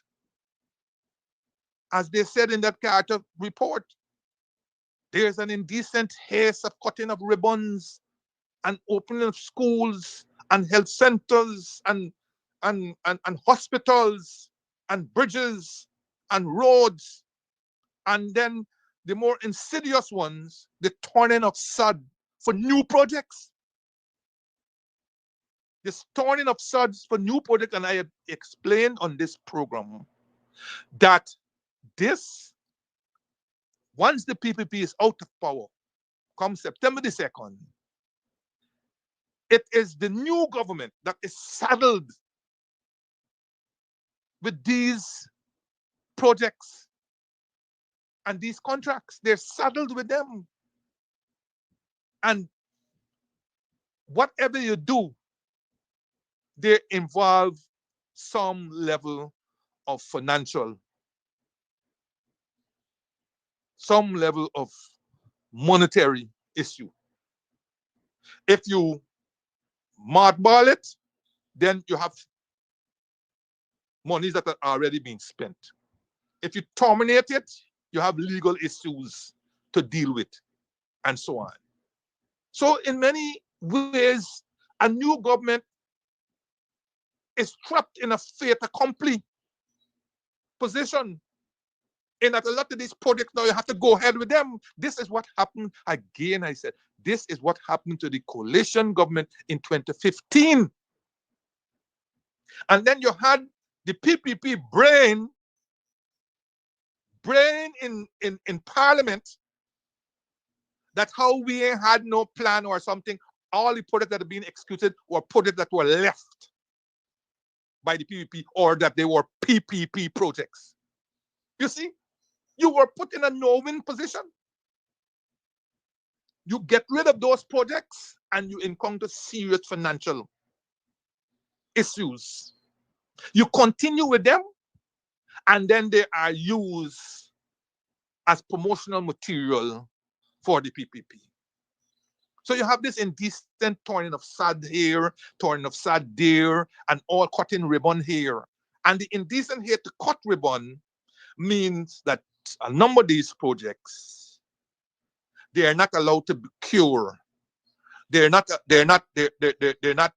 allowed to run their course in terms of their thing. They are being sped up. Corners are being cut so that a ribbon could be cut. Had it not been for the likes of Professor Trotz and all of them talking about that Demerara Harbor Bridge and why you had to get load testing and so on, they would have proceeded to open the bridge on 31st with traffic flowing.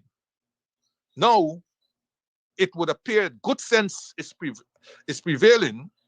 And now you hear Jagdo tell the crowd on the west Demerara, Windsor Forest, or so on, someplace around there, that it's likely to open around the 3rd week of September.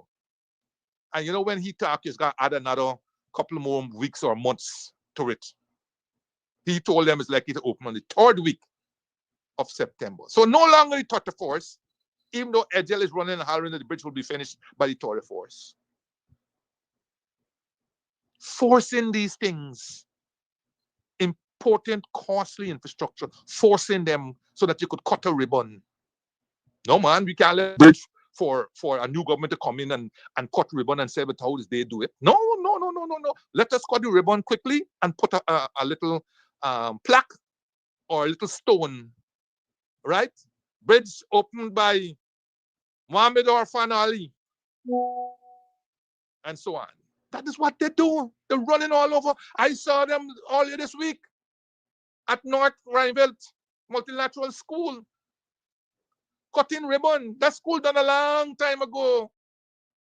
The students are there and they're occupying the building and so on. They're cutting ribbon for a building that has already been occupied and so forth. These people are desperate. They're desperate. But come back to the Carter Center report. So, Kodaki, sometimes we got to take the congrats. Nobody didn't give us it. We got to take it. We have been saying these things. We have been like a lone wilderness. The opposition parties, they weren't too convinced about these. It's not matters that they've been raising over time. And these are matters in their interests. They haven't been raising them, but we have been constant in our authority about raising these matters. And it's a damning report. And when you see Jaglio could only come up with, oh, I'm glad that they have said that the list is not inflated. That's what he come out with. As if that is a plus. That is no plus. You have to read what the Carter Center said, that they had not observed the registration. They did not observe the registration. But they flagged many things in their report that bears on the registration. They flagged the issue of the change to the laws they brought some debt in terms of identifying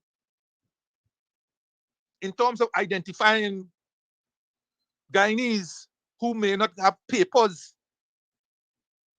And I said, that thing is going to come back to haunt us, especially in terms of the acceptance of our passport.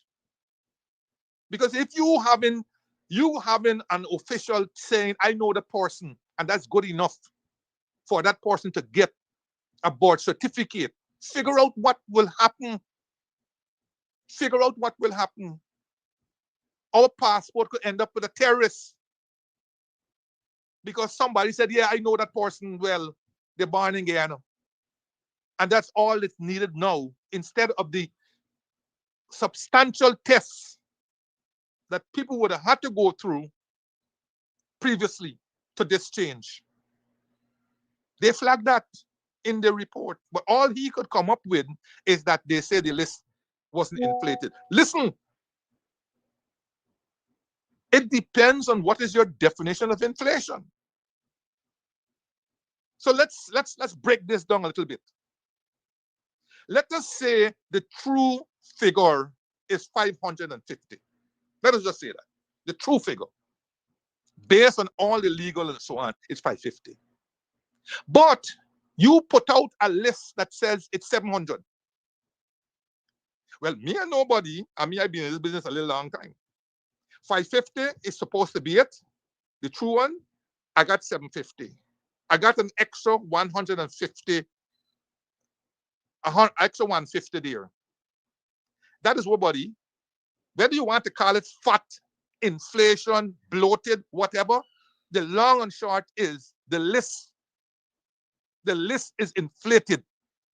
The list is bloated. Why is it bloated? It's bloated, one, with people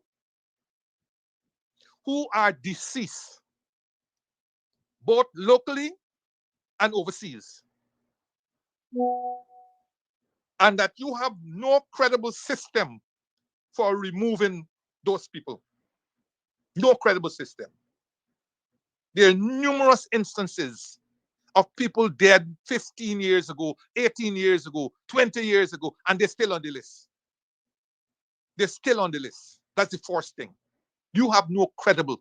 And now you're telling people now that they must go and get death certificate and so on. Laziness. Laziness. You were telling me in this big day and age, that you don't have a system, a foolproof system that could remove all dead that have been reported to births and deaths. That there is no quick way of those being sent to GCOM for they to adjust their list, but now you are putting the onus on families for them to bring death certificate. Nonsense. Nonsense. Total nonsense. And we sit and we take this crap. In relation to people who are overseas, listen, I said this before. The fact that the Chief Justice ruled that nobody could come off the list is not a be-all and the end-all.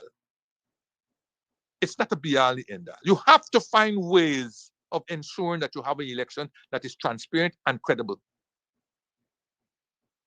And the rush of the Attorney General to change house-to-house registration have compounded this nonsense. They can quickly go and show. What is the probability of a person on the list, 104 years old, still alive? Almost 0.000 point something. But what's the probability of 10 of those Guyanese overseas who ages are 100 and something that they are still alive, but they're on the list? This business of where, and the Carter Center has flagged it. They say move quickly to constitutional and legal legislation to remove these anomalies because we are hiding. The GCOM is hiding behind the absence of laws and so forth. Hiding behind them. We have talked about it. It is not that GCOM can't get a credible list. It's as if they don't want a credible list, and their actors don't want a credible list. So the list is inflated because it got dead people. Numerous instances of dead people in Guyana and people who have died overseas. The list is inflated because it got numerous Commonwealth citizens who don't qualify to be on the list. And they are in two categories. Category one is what Christopher Ram talked about in his letter yesterday. The law says domicile and resident. It's not and or. It's domicile and resident for the case of a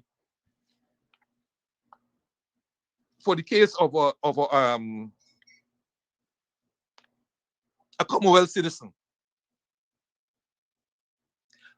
According to the legal definition of domicile, or one definition of domicile, domicile says it's the state of your permanent home. The state of your permanent home.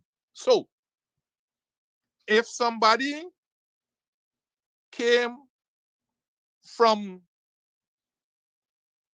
let us say, Jamaica to work at the CARICOM Secretariat and intends to go back home at the end of their contract, then they are domiciled in Jamaica. The fact that they may be 3 years in Guyana, therefore, doesn't make them eligible to vote in Guyana because they are domiciled in Jamaica. They are resident for the time being in Guyana. But the law, the constitution says you must be domiciled and resident. So the continuing definition of the domicile says the state of your permanent home or state you consider home. It is the place that usually has the power to tax your income, dissolve your marriage, or distribute your property upon death. You see, a Bangladeshi who comes here on a contract, a 1-year contract to drive truck or to work on a water treatment plant in Wakenham, is not eligible to vote in Guyana. Read Christopher Ram's letter yesterday, and he's a lawyer. They're not eligible to vote in this country.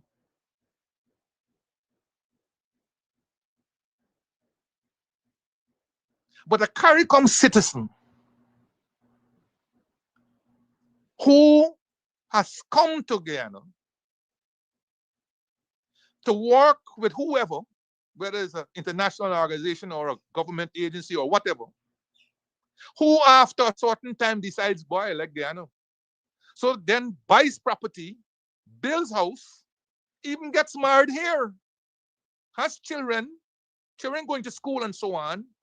That person now has changed their domicile. They have changed their domicile to Guyana because for all intents and purposes, they don't intend to go back to where they came from. And they are eligible to register to vote in Guyana. Because ultimately, they will start paying taxes in Guyana. No taxation without representation. You're telling me you're bringing people here who don't pay no taxes in this country, but they can vote and determine who gets into this government? That is what we are saying here. They pay no taxes. They come here and you tell me after a year, you put them on the register to vote. And these aren't one and two people. These are several. They may be running out to hundreds of thousands, not hundreds of thousands, hundreds or even thousands of people they are running into.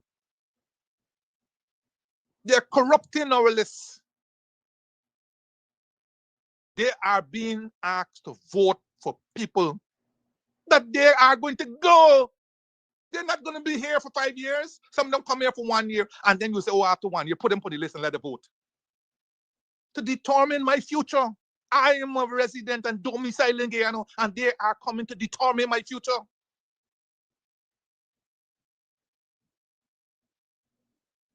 The law says domicile and resident. It didn't say resident alone. Who's a resident? According to the definition, residence is the place where you are actually living, either temporarily or permanently, with the intention of establishing it as your primary home. Those people who come here for 1 year, they expect to, on contract, they expect to make Guyana their home. Those nurses and whoever else you're bringing here on 2-year contracts and so on, they expect to make Guyana their home on the basis of a 2-year contract. This, my friends, where are our lawyers? Where are our lawyers? Because I'm no fool. I may not be a liar, but if the law says domicile and resident, how are these people getting on our electoral list? How? So that's one category of the Commonwealth citizen that will make our list bloated. The other category of Commonwealth citizen that bloats our list are those who are on the list, but they have long gone from Guyana.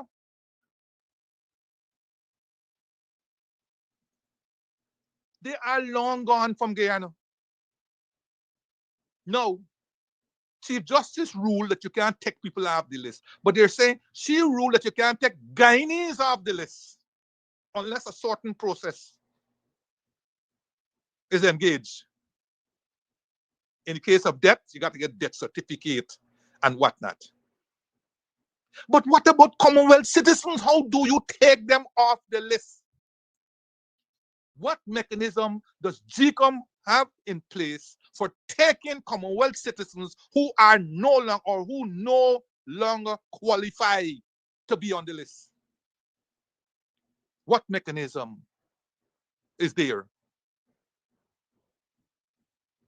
None whatsoever. So you're telling me a Commonwealth citizen who long has gone could fly into Guyana for a vacation or come to the CPL match. His name is still on the list and he can vote on September the 1st.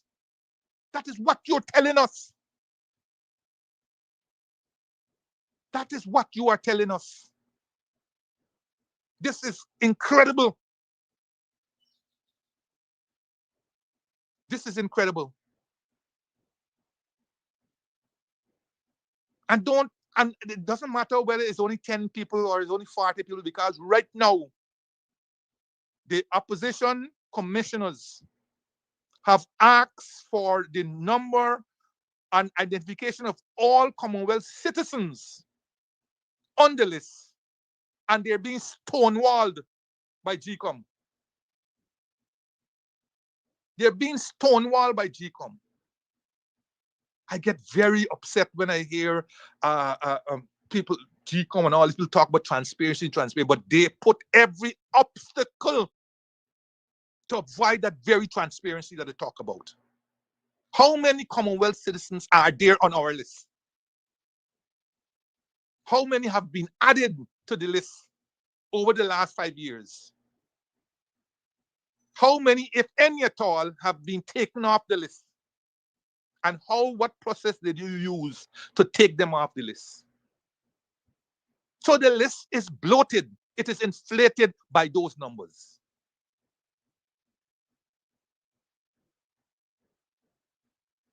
It's inflated by those numbers. And you got any other reasons why the list will be inflated? You see, they have removed residency. They have removed residency. But unlike, say, United States, unlike United States where they have absentee ballots and so on, those people pay taxes. Those American citizens who don't reside in United States but send in absentee ballot, they pay taxes. They pay taxes. But you got a large number, virtually virtually no overseas Guyanese, unless they went out there. Virtually no Guyanese who is not ordinarily resident nor domiciled in Guyana is pay any tax to Guyana. None. But their names remain on the list.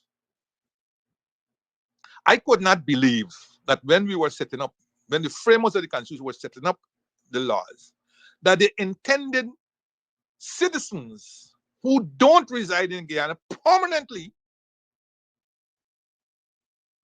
who have taken up domicile in another place, that they could just return home to vote. No taxation without representation. That is the essence. Ask about the Boston Tea Party. Ask about ask about the Americans fighting the English colonists.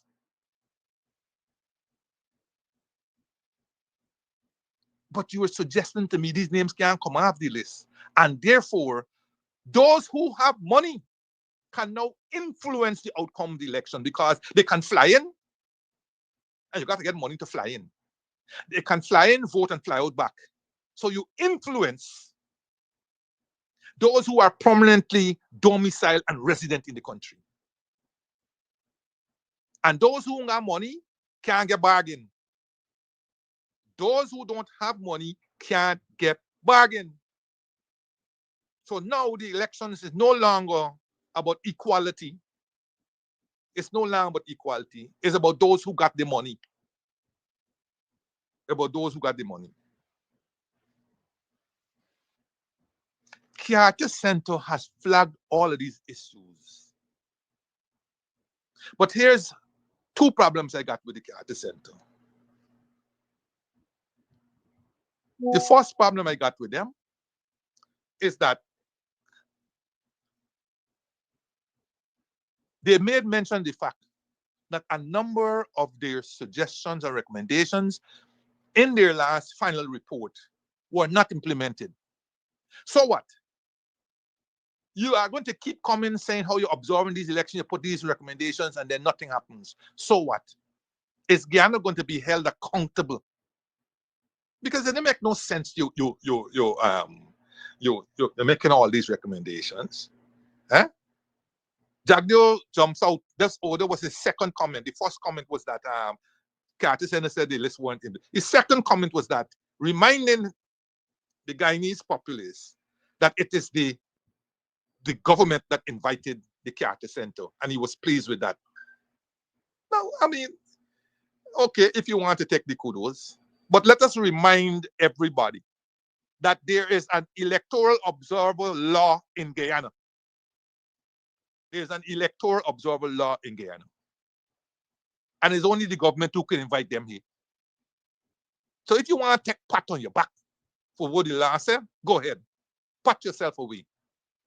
But I noticed you didn't want to touch any one of the other issues that the Carter Centers come up with.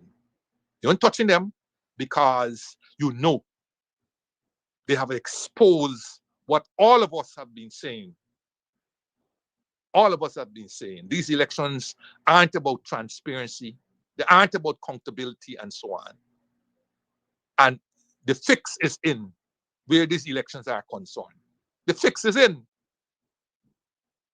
But back to the Carter Center. So you make all these recommendations. every 5 years, every this year, and so on. And then what? Nothing comes out of them.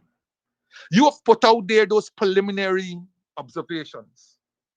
You put them out there for what? For them to think in the hope of? Or are you going to seek a meeting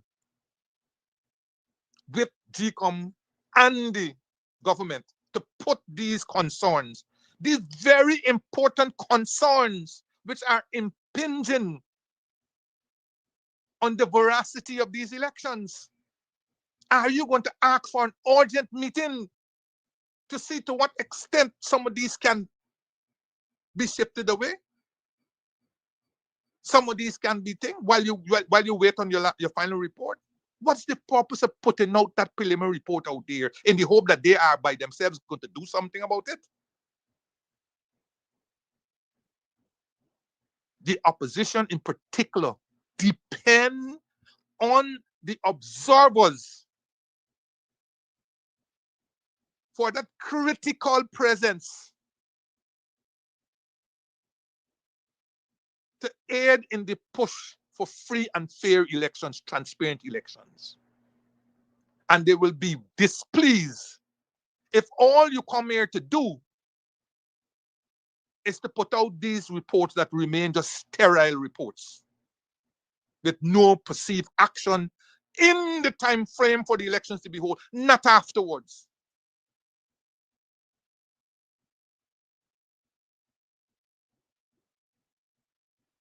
Now, the tip I have, which is my second, on the Carter Center report, is that they're urging all parties to sign code of conduct. You see, you people are about fluff.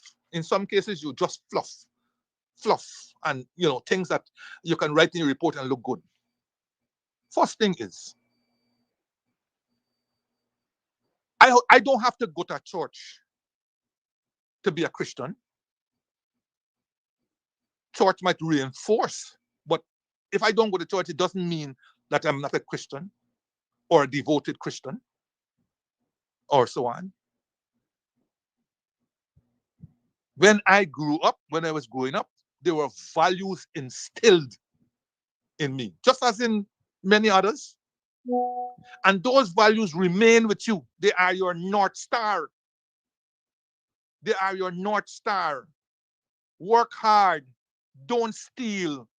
Take your education. All these values, they're with you. We ain't sign no paper for us to do those values. They are with you. And if you are true to your values, you will execute them. You don't need no paper. Especially when the paper is not worth the ink on which it is written. So there you have photographs of the four parties who have signed. Photographs. Everybody with their document and so on. But then what afterwards? What has the ERC been able to influence since the signing of that code of conduct? What have they been able to influence? Have they written Lino Craig about his vulgar behavior on stage? Have they written him?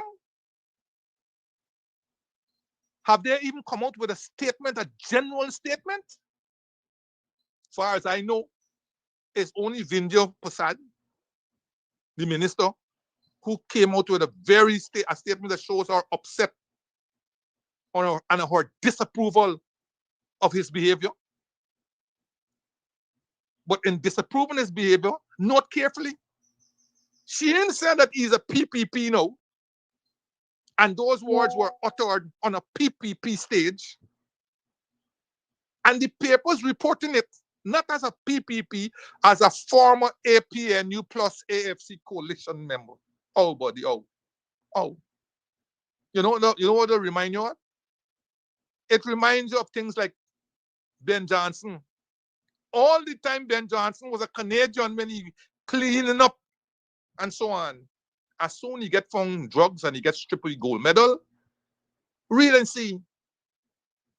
He's Jamaican. He's no longer Canadian. He's Jamaican.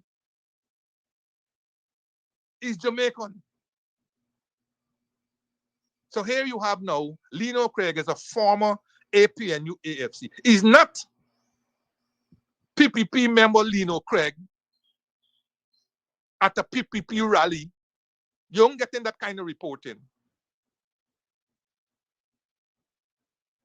And Mr. Plantain Chipman and his when member going out in a box to Venezuela and so on. You ain't hearing ERC say anything about those. But you wait and see if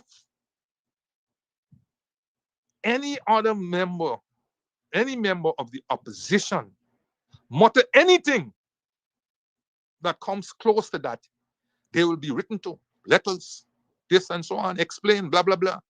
How the ERC could be treated with any decency, with any integrity, when the very code that they were expected to implement is not being implemented or is perceived to be implemented in the breach.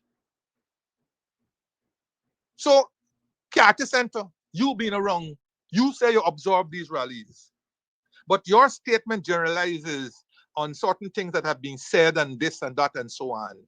You know, we in all this we don't like to call a spade a spade. You know, we don't even want to call it a shovel.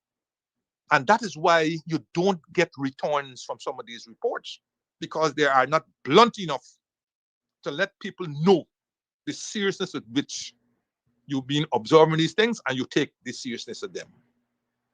So if you want people to sign code in future, because I know for sure that the APNU and maybe the FGM, they ain't about to sign any code, because you don't need a code if you talk to your members and say, listen, when you go out there, be clean.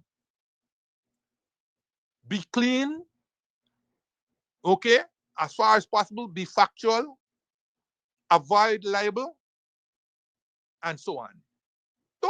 You got your own internal code, and that's good enough for you. You don't need to sign no ERC code, and since it's not law, forget it.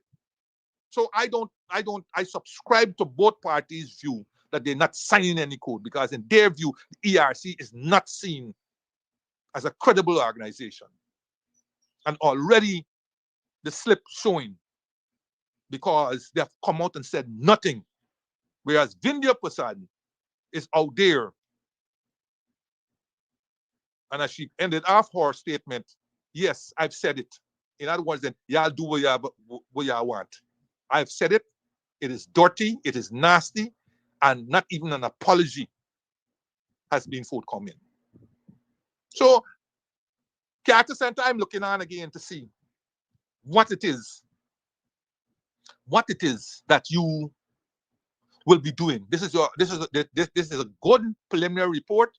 You've touched many of the bases, but I want to know what you're going to be doing now with this report. Is this now, which is clearly going to form part of your final report, but are you intending to go and seek urgent meetings with a view to having some of those issues that you have in there adjusted quickly, because time is running out?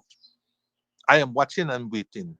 Meanwhile, another one from the 2020 debacle has arrived. And he's coming with some 28-member OAS team. I'm speaking about none other than Bruce Golding, former Prime Minister of Jamaica. I said before, I thought the OAS blundered, because they should have, as far as possible, removed any mission member from the 2020 coming to observe these elections here. Whether thing or not. You're not imputing anything, but you said, look, boy, them thing little tight down there back in 2020. Look, we can get a new. And the Commonwealth is a huge, billions of people. In your loan, got 1 billion plus. Okay? And you could find 28 new members without Bruce Golding being the leader of that thing, that mission. I don't know why he's back here and why he's heading that mission. But as I said, all the stars seem to be lining up. We are waiting to hear whether to put the Mountain of CARICOM mission, who going to be heading this mission, and so on, because they also were integral part in the debacle and quite frankly, and the recount. And for all intents and purposes, it is the view of several that they did not acquit themselves well, especially when it came to recount and the report from the recount. But that in any case, there too, the recommendations that they made in their recount report, none has been implemented. None has been implemented. You know? So I don't know whether what is the role of these observers. I don't know if they think it's a frolic, a time for frolic and so on. But it comes back to what I said. The observers are like the referee. And you don't know if the referee got a horse in the race and so on. And you perhaps only know that during their behavior, when the race going on, and ultimately when the race done. You just know whether they had a horse in the race. Marvin Hagler, every time he fight, and he thought he had it, he hears, and the winner is not Marvin Hagler, on a split decision, on a points decision, and so on. So you know what Marvin Hagler decided to do afterwards then? He decides to take it out the hands of the referee. Take it out to the hands of the referee and come, or the judges, sorry, not the referee, the judges. Split decision, all kind of things. He said, no. The referee gonna have to count you out, knock out. Where I'm going with this? The opposition, had they had any sense of unity and so on, would have come together and decide, we're taking this out to the hands of the observers. And we're going to the people and talk to them. And we are going to come together to get those 2,970 people that are required to scrutinize these elections, because it's for 2,970 with 1,100 something polling places, 2,970 or thereabout.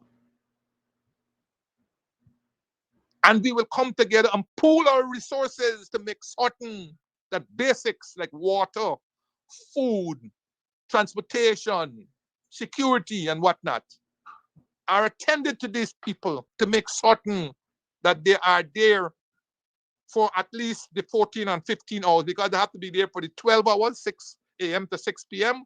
Plus they have to be there for another 2 hours or thereabout, depending on the size of the boxes and the ballots and so on, for a minimum to that 14 hours that they're going to have to be there as scrutineers. So we have to make certain 2 to 3 meals, water, right, and so on. You can't do that singly. Only the government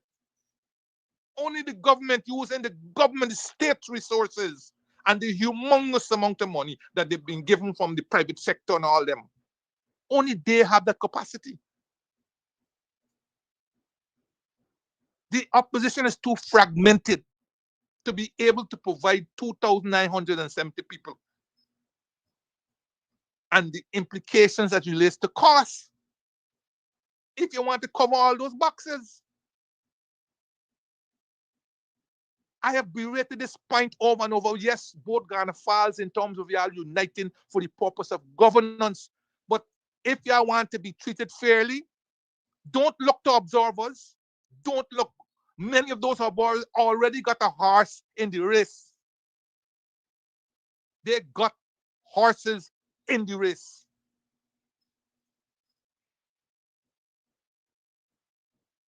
The stars have already lined up. So you got to do like marvelous hard. You got to take it out of their hands. Take it back.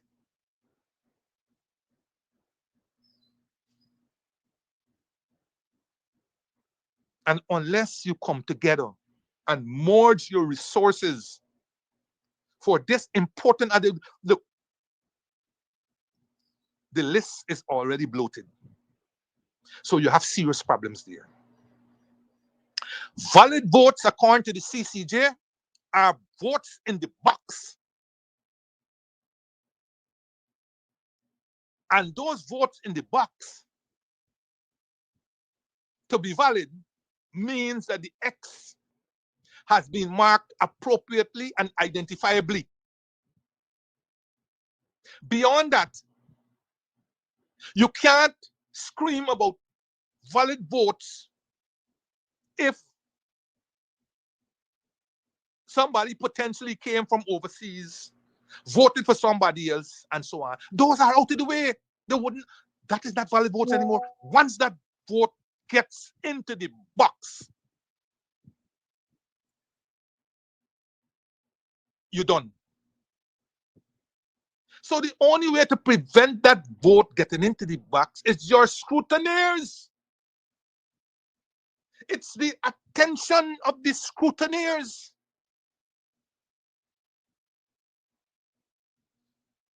And as time goes on during the day, if the sun is as hot as it is, they will tire. They will tire and so on. You have to find ways around that. The word decom, but it's impossible to vote twice. I see people take off ink. I see people take off ink like magic. And you are not giving anybody any comfort that the manufacturers have assured you this and assured you that. Poppycock. Poppycock. And people take off ink like, listen, I'm sure many of you listening here know how easy it is to take off ink. That's number one. Number two, you think those people there, all them are detectives? Even detectives all who are supposed to have sharp eyes and so on will not, as the time go on, be able to say that is Mr. Bond, that is that. I told you before, when you're using ID cards, as the ones that we have, them thing is 17 years old and so on. 17 years old. You see, mine in pristine condition. I wish if I wore like that today. Pristine, nice and trim and so on, nice baby face and so on. 17 years ago. And you were asking little 18 and 19-year-old, 20-year-old, 21-year scrutineers to say that is that's Mr. Jordan. I wonder. But what are you going to do? How are you going to object? What's the basis of objection? You tell me about how it got color photograph and all that. So how does that help you? And what about those? Because since an ID card is not a requirement for voting, how we can deal with the other forms of voting, including if somebody bring the birth certificate, because like it says, the Constitution says that very same Chief Justice, Chairwoman, it's her ruling that vitiated the 1997 elections on the strength of the ID card. So I could come with my birth certificate or some paper issued by the Tushaw or something and say, look, I'm so.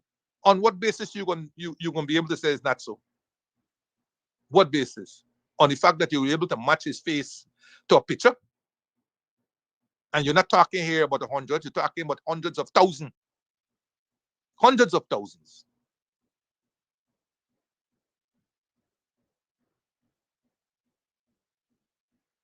And there's a reason, as we said, why they don't want those names to come off the list.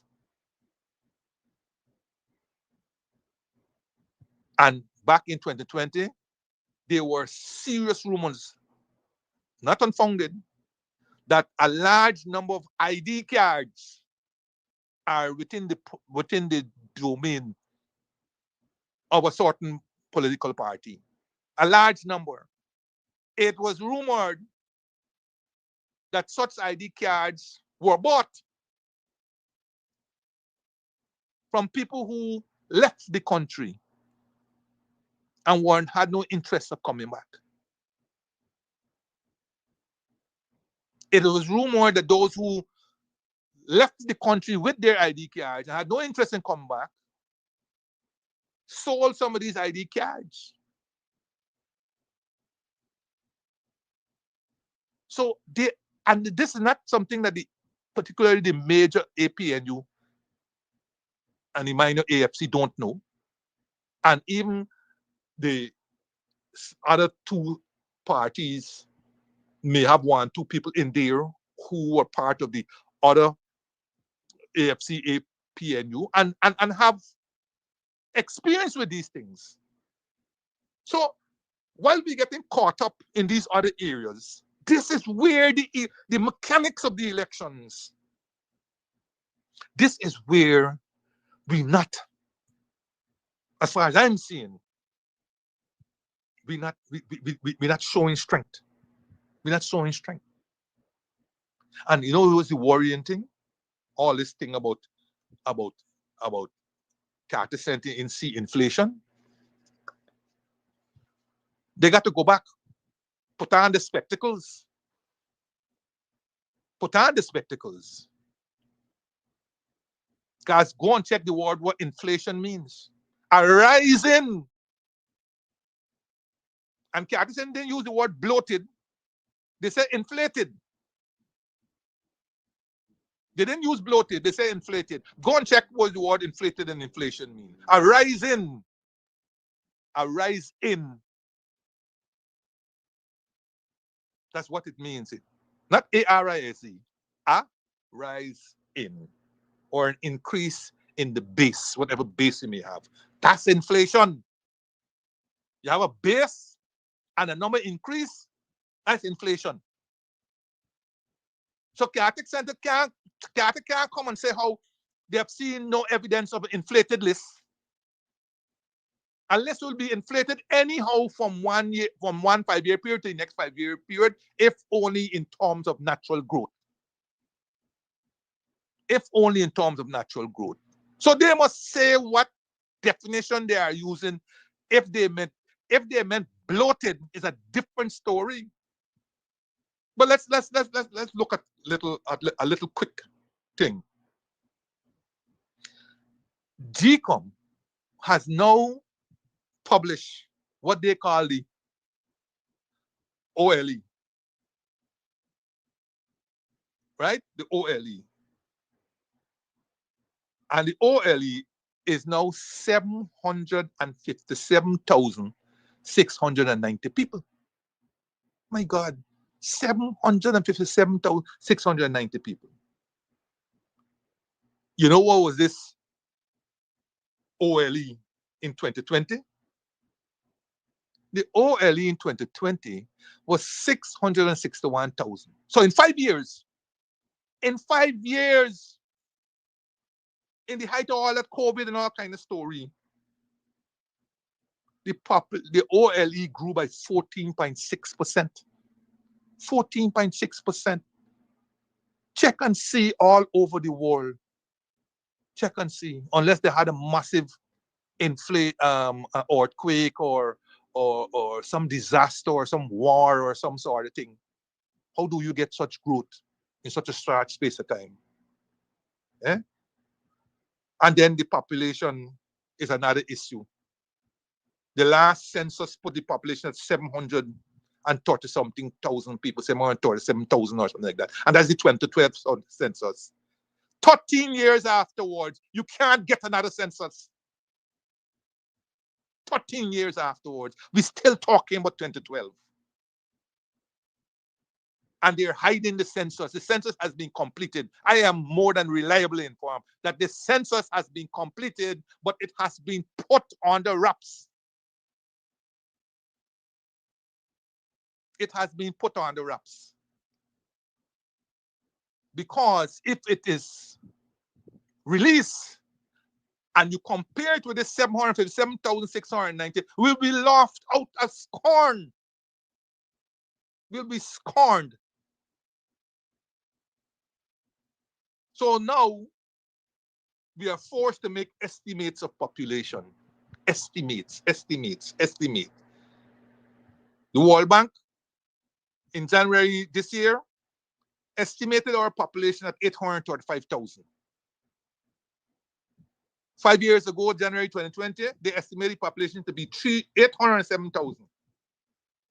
So between the two estimates, it represents a 3.5% increase. 3.5. So the population, according to the World Bank, grew by 3.5%. But the OLE in the same period has grown by 14.5%. 14.5%. And where before the inflated OLE in 2020, 661,000, as a percent of the population, 807,000, represented 81.9% of the population in 2020. In 2025, that percentage has risen to an incredible 90.7%. 90.7%. Right?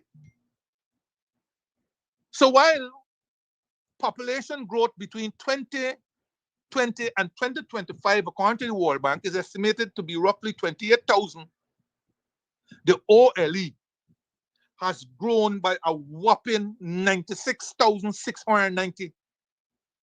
So the OLE has grown by almost 4 times the population growth.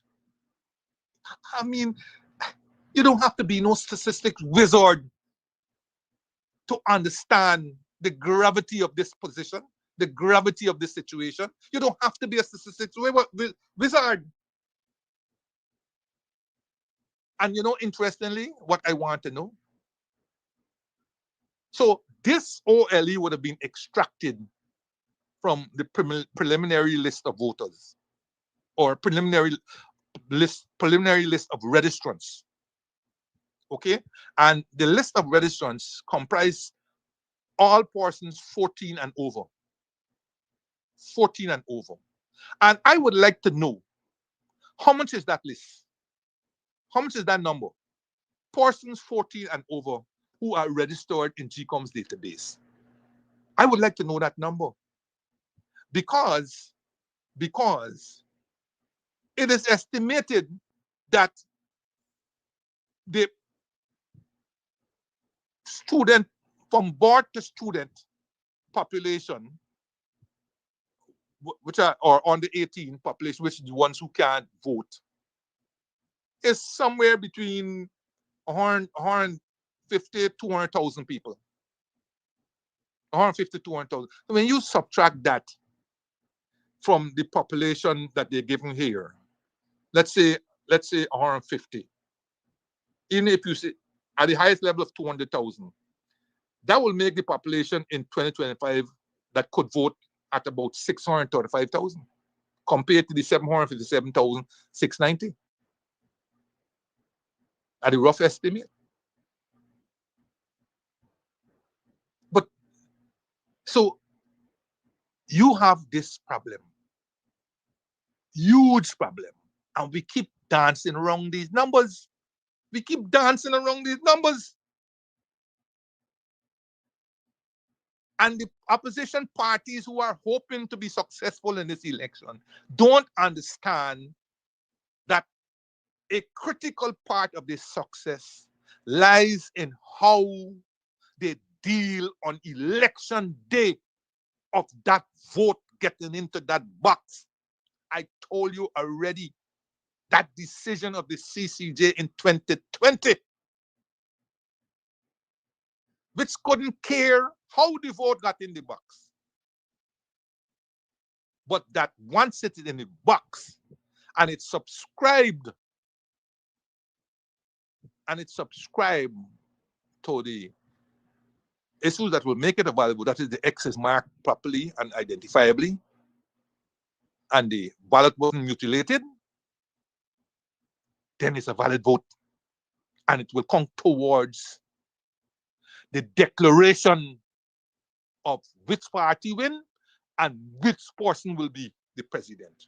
So all that promises that you are making right now, all of that promises that you are making right now, as great as they are, and all the fancy slate, very great slate, APNU, fantastic. I am telling you, I loving the likes of Sekou Andrews and Corbin, and oh my goodness, these are such fantastic youngsters. Fantastic. They are incredible. All of that and all your hard work can go down the drain if you don't on election day, because you couldn't do anything with this list. But on election day, you have to be able to make certain that the old definition of valid vote, which is that you are a valid elector, and the person who's turning up to vote is the person who should be voting.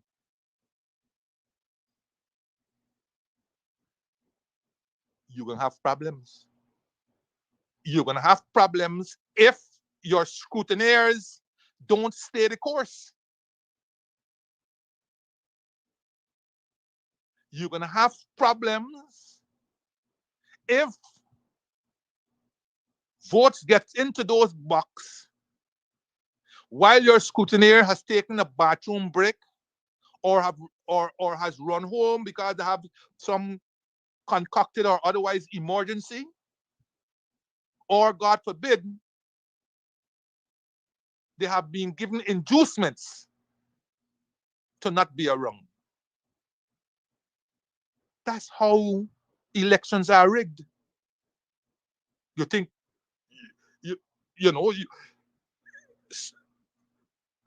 one would hope, but experiences showed these are among some of the issues that get washed away. Get washed away. When observers say, well, we observe a clean election, you don't know what the hell they're talking about. You think they is be around when they ask, let me see that ID card that you issue in there. No, that doesn't look like you. You're sure this is not your brother? They don't be there. They hang around a little 5 or 10 minutes, right? And then they jump in the vehicle and they go to some other place and so on. And on the strength of that, they are concluding that elections are free and fair and so on. They don't know what is going on. Trust me. That's why I'm saying you have to take this out of the hands of the observers and put it right back where it belongs, which is yourself. Which is yourself.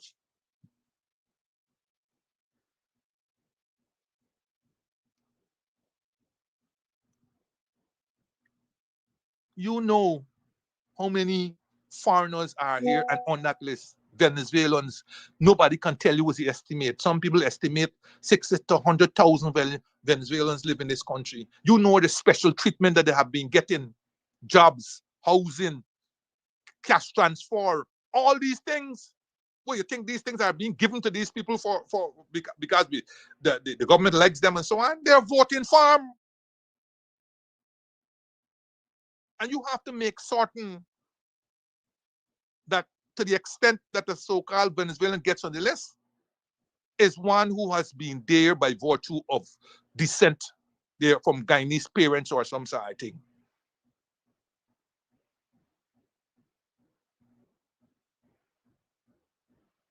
And other nationalities who are here, but I already spoken about the Commonwealth citizens. You have to, there's a lot of work to be done. And the folks who will be voting tomorrow, the discipline services, I hope that you say a prayer when you wake up tomorrow. You ask God for guidance. You ask God for guidance, or whoever you believe in, whether it's Lord Shiva or Allah. You ask for the guidance to show you the way and to let you make certain that the decision that you are about to make will be the one not based on broken promises like cutting electricity by 50% as was made in 2020 by the government, and we still cutting.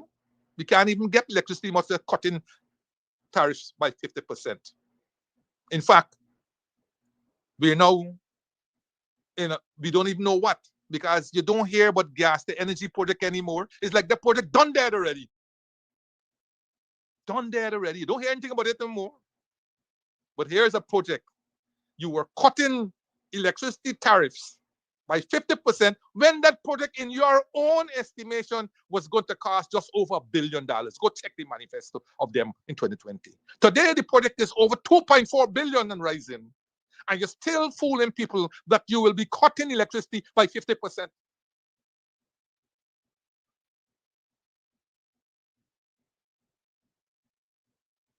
So when you go there tomorrow, ask and pray on it, whether these promises such as those,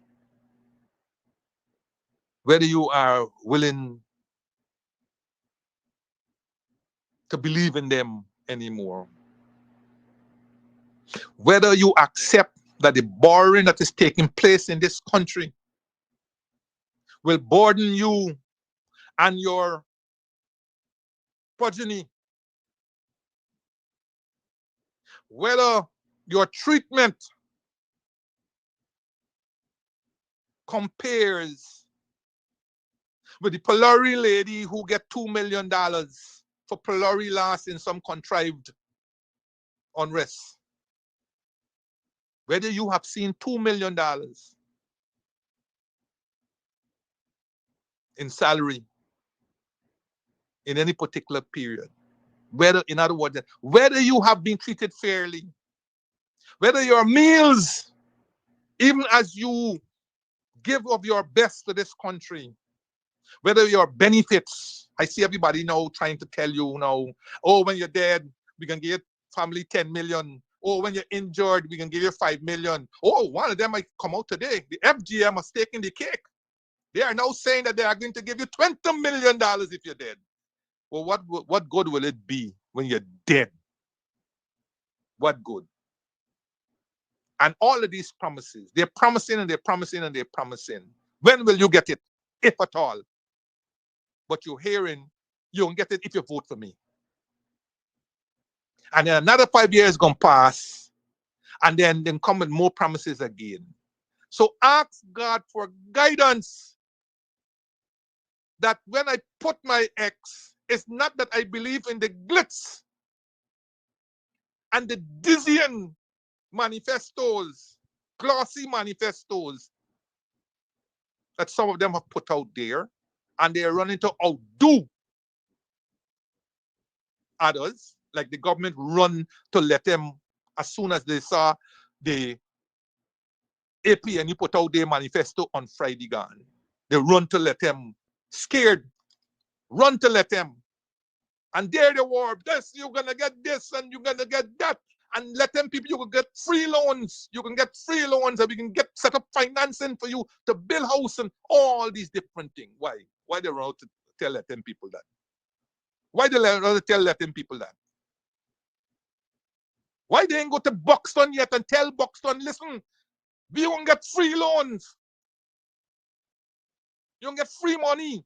And when you want to do business, we can give free money. And so on. So you have to analyze all of these things. You have to analyze all these things. A government that had trillions of dollars over the last 5 years, unheard of in history, is now desperately trying to cultivate you by buying, by throwing sweeteners at you. Don't forget, sweeteners like sweetmeat is eventually got to pass through the excretory canal. Don't stay.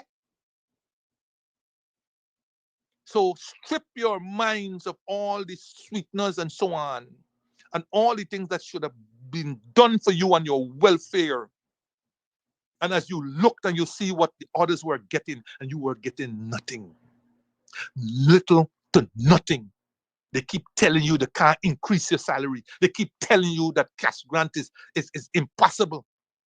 They keep telling you that we can't increase your benefits. All that they keep telling you until you reach year 5, when it's got the vote, and suddenly they're giving you a promotion. They're giving you increase in salary. Oh, we can promise you this, and we can give you a house lot here, and all these kinds of stories. And you have to ask yourself whether you must continue with this using and abusing. Ask the Lord's guidance. And I am sure as you commit yourself, you will see that your best alternative among the 6 is to vote for the APNU, a party that has been with you in and out of season. When we had nothing, we gave you something. Now that the country got something, you must get something. And you must get something equivalent to what the others getting. Not you get crumbs and the others getting meat. Because that is what you're getting, crumbs. But you're being asked to make enormous sacrifice. I'll never forget that captain who was ambushed in North Rhine-Veldt. Ambushed and lost his life. Why? He's a captain in the army. And he got to be running taxi. He got to be running taxi to be able to supplement his income to eke out a living. Ask yourself whether the glitz of today will be the glamour of tomorrow. And I know I'm now learning that many of you listen to me on Thursday. I thank you for listening. I didn't realize how many of you listen to me. Tomorrow, another group has invited me to be part of their devotion session and prayer session. I don't know if any of you are in that group. And I'm going to address issues about the importance of voting, number 1, the correctness of voting, and why you should seriously contemplate where you're putting your vote. I must tell you, don't waste your vote. And a wasted vote is voting with your heart and not your head. I like candidate X. That's my friend. That's my childhood friend. We went university together and blah, blah, blah. But childhood X don't have a ghost of a chance of winning any election. So, friend X, I love you. But listen, I got to vote on somebody who got more than a reasonable chance of improving my life. Right? So don't feel no way. So don't vote with your heart. Vote with your head. Vote with your head. And don't let people sway you. Think about the progress. Think about where you are today. Think about the progress, how that progress was built on the sacrifices of your ancestors. And think about you, a human being, dignity, self-esteem, self-respect, and how those form an integral part of your voting. Who is going to respect you and not spit upon you? Who is going to respect you and not have you in penury? who is going to respect your sacrifices, not short term, but over time and over the longer term. And I hope when you put all that together, you will see that the only people who are putting out there that they respect you in and out of season, that they care for you in and out of season, that they have the program and the policies to rapidly improve your welfare. Programs like immediate increase in the minimum wage, immediate increase in the minimum wage from 100-something thousand to 200,000, a massive increase in the income tax threshold to 400,000, cash grants, which will be institutionalized and legalized, so nobody ain't got to play politics with it, to 100,000. Transportation, public transportation, not transportation allowance, public transportation to be made available to school children, the elderly and the disabled, not transportation grant. The state must provide public transportation. It is the only country that seems to have an aversion to providing public transportation in critical areas of children, adults, and the disabled. They don't want public transportation grants. They want you to provide public transportation. Public transportation grants are subject to inflation and then availability of public transport and all that kind of thing. They got a lot of private transport don't want to transport disabled people, right? And you get rid of all this minibus culture with our school children. Many of them, you see them walking around the place after 9 o'clock and couldn't care less. The whole minibus culture and the music and all kind of story that is, incompatible and so on. Public. Barbados a couple of months ago, 100 buses, air-cooled hydrogen thing buses out of China. Jamaica, several buses they have been able to acquire to be used in the rural Jamaica for school children. Who are we, the so-called second richest country in CARICOM? Who are we that we don't have a government? And that is why I'm saying the APNU, we are back to boats, bicycles, breakfast, everything. That is where we're talking about. And the icing on the cake, dear soldiers, police, and prison officers, and fire, even though you're not voting tomorrow, is that 18 and over earning less than 400,000 is now being guaranteed a house lot. Of course, rent a home and government thing. Remember, I live here in South Rhineville, in one of them house that was thing on Barnum. One of them. And all they're doing, all the Reds doing is copying from the opposition, whether it's from APNU, AFC, or FGM. Copying, that's all they're doing. Copying, they have nothing original there. They're waiting until those people come out with the manifesto and the ideas, and then they copy it. That's what they've been doing, copying. But they're afraid to copy the boats and bicycles and buses and so on, because they remove it as soon as they come in. You go on the East Coast and you go up to Mayako and those places and you see the buses lying down, West Bobbies.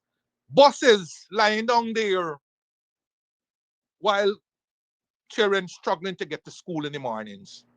And in this clogged up roads where you're putting 60,000 vehicles per year on the roads, clogged up, it's going to be a struggle to get children to school in time for 9 o'clock. Much less for the parents of those children to be at work for 8 o'clock. You see the problems? These are some of the things you have to weigh. Don't get with the glitz and the glamour. The APNU, the green, the palm is what you can hope for a better life over the coming 5 years. They had their opportunity, they cost out the coalition and everything else. They had the opportunity and they squandered it. The amount of money that has been squandered in any 5 year, in this last 5 years is unheard of in the history of this country. And when you consider the borrowing that they did and what you have to pay back, it is not a pretty picture. And this borrowing that they have done, where they're dependent on oil. And again, I've missed out because I had this thing ready to go, but we had this little thing as well. Missed out. But the borrowing which they're dependent on oil, one little crack in that oil, and all this has gone. Gone. And gas to energy, which are coming back again at Amalia Falls, them is pie in the sky. Pie in the sky. Exxon finished the pipeline how long ago? Fill it up with nitrogen and we got to get paying back for it. And that now has become a wasting asset. It's depreciating while it's not being used. It's depreciating. It's been there now for, I think, over a year. And only the good Lord knows when it will be activated. It's depreciating and we are repaying for it. We are repaying for it. To think about all these things. Okay? It's think about it and come tomorrow, vote resoundingly for the APNU and the PALM. They are number one. They are number one on the ballot. They're the first party on the ballot, so you can't miss it. And you can't make the same mistake that some of you made in the 2020 elections when you thought that you voted for APNU, you had actually voted for another party that was close. Don't make that mistake. And make certain that the ballot is stamped, because a lot of your ballots weren't stamped in the 2020 election, and hence they were invalid due to no fault of you. Due to no fault of you. Make certain that those ballots are stamped up and down. And with God's grace and his might, we can be celebrating, if not on September the 2nd, by September the 4th, which is when GCOM says they will be able to finally, barring anything, they can finally thing. All right? So, I like everybody else. I wishing you the best, but please pray on it and go out there and vote resoundingly for the APNU tomorrow. Kadaki, way past your time. But another good day, another good time Mr. Jordan. here. Until next week, goodbye. Thank you, Mr. Jordan. Kadaki. I'm here.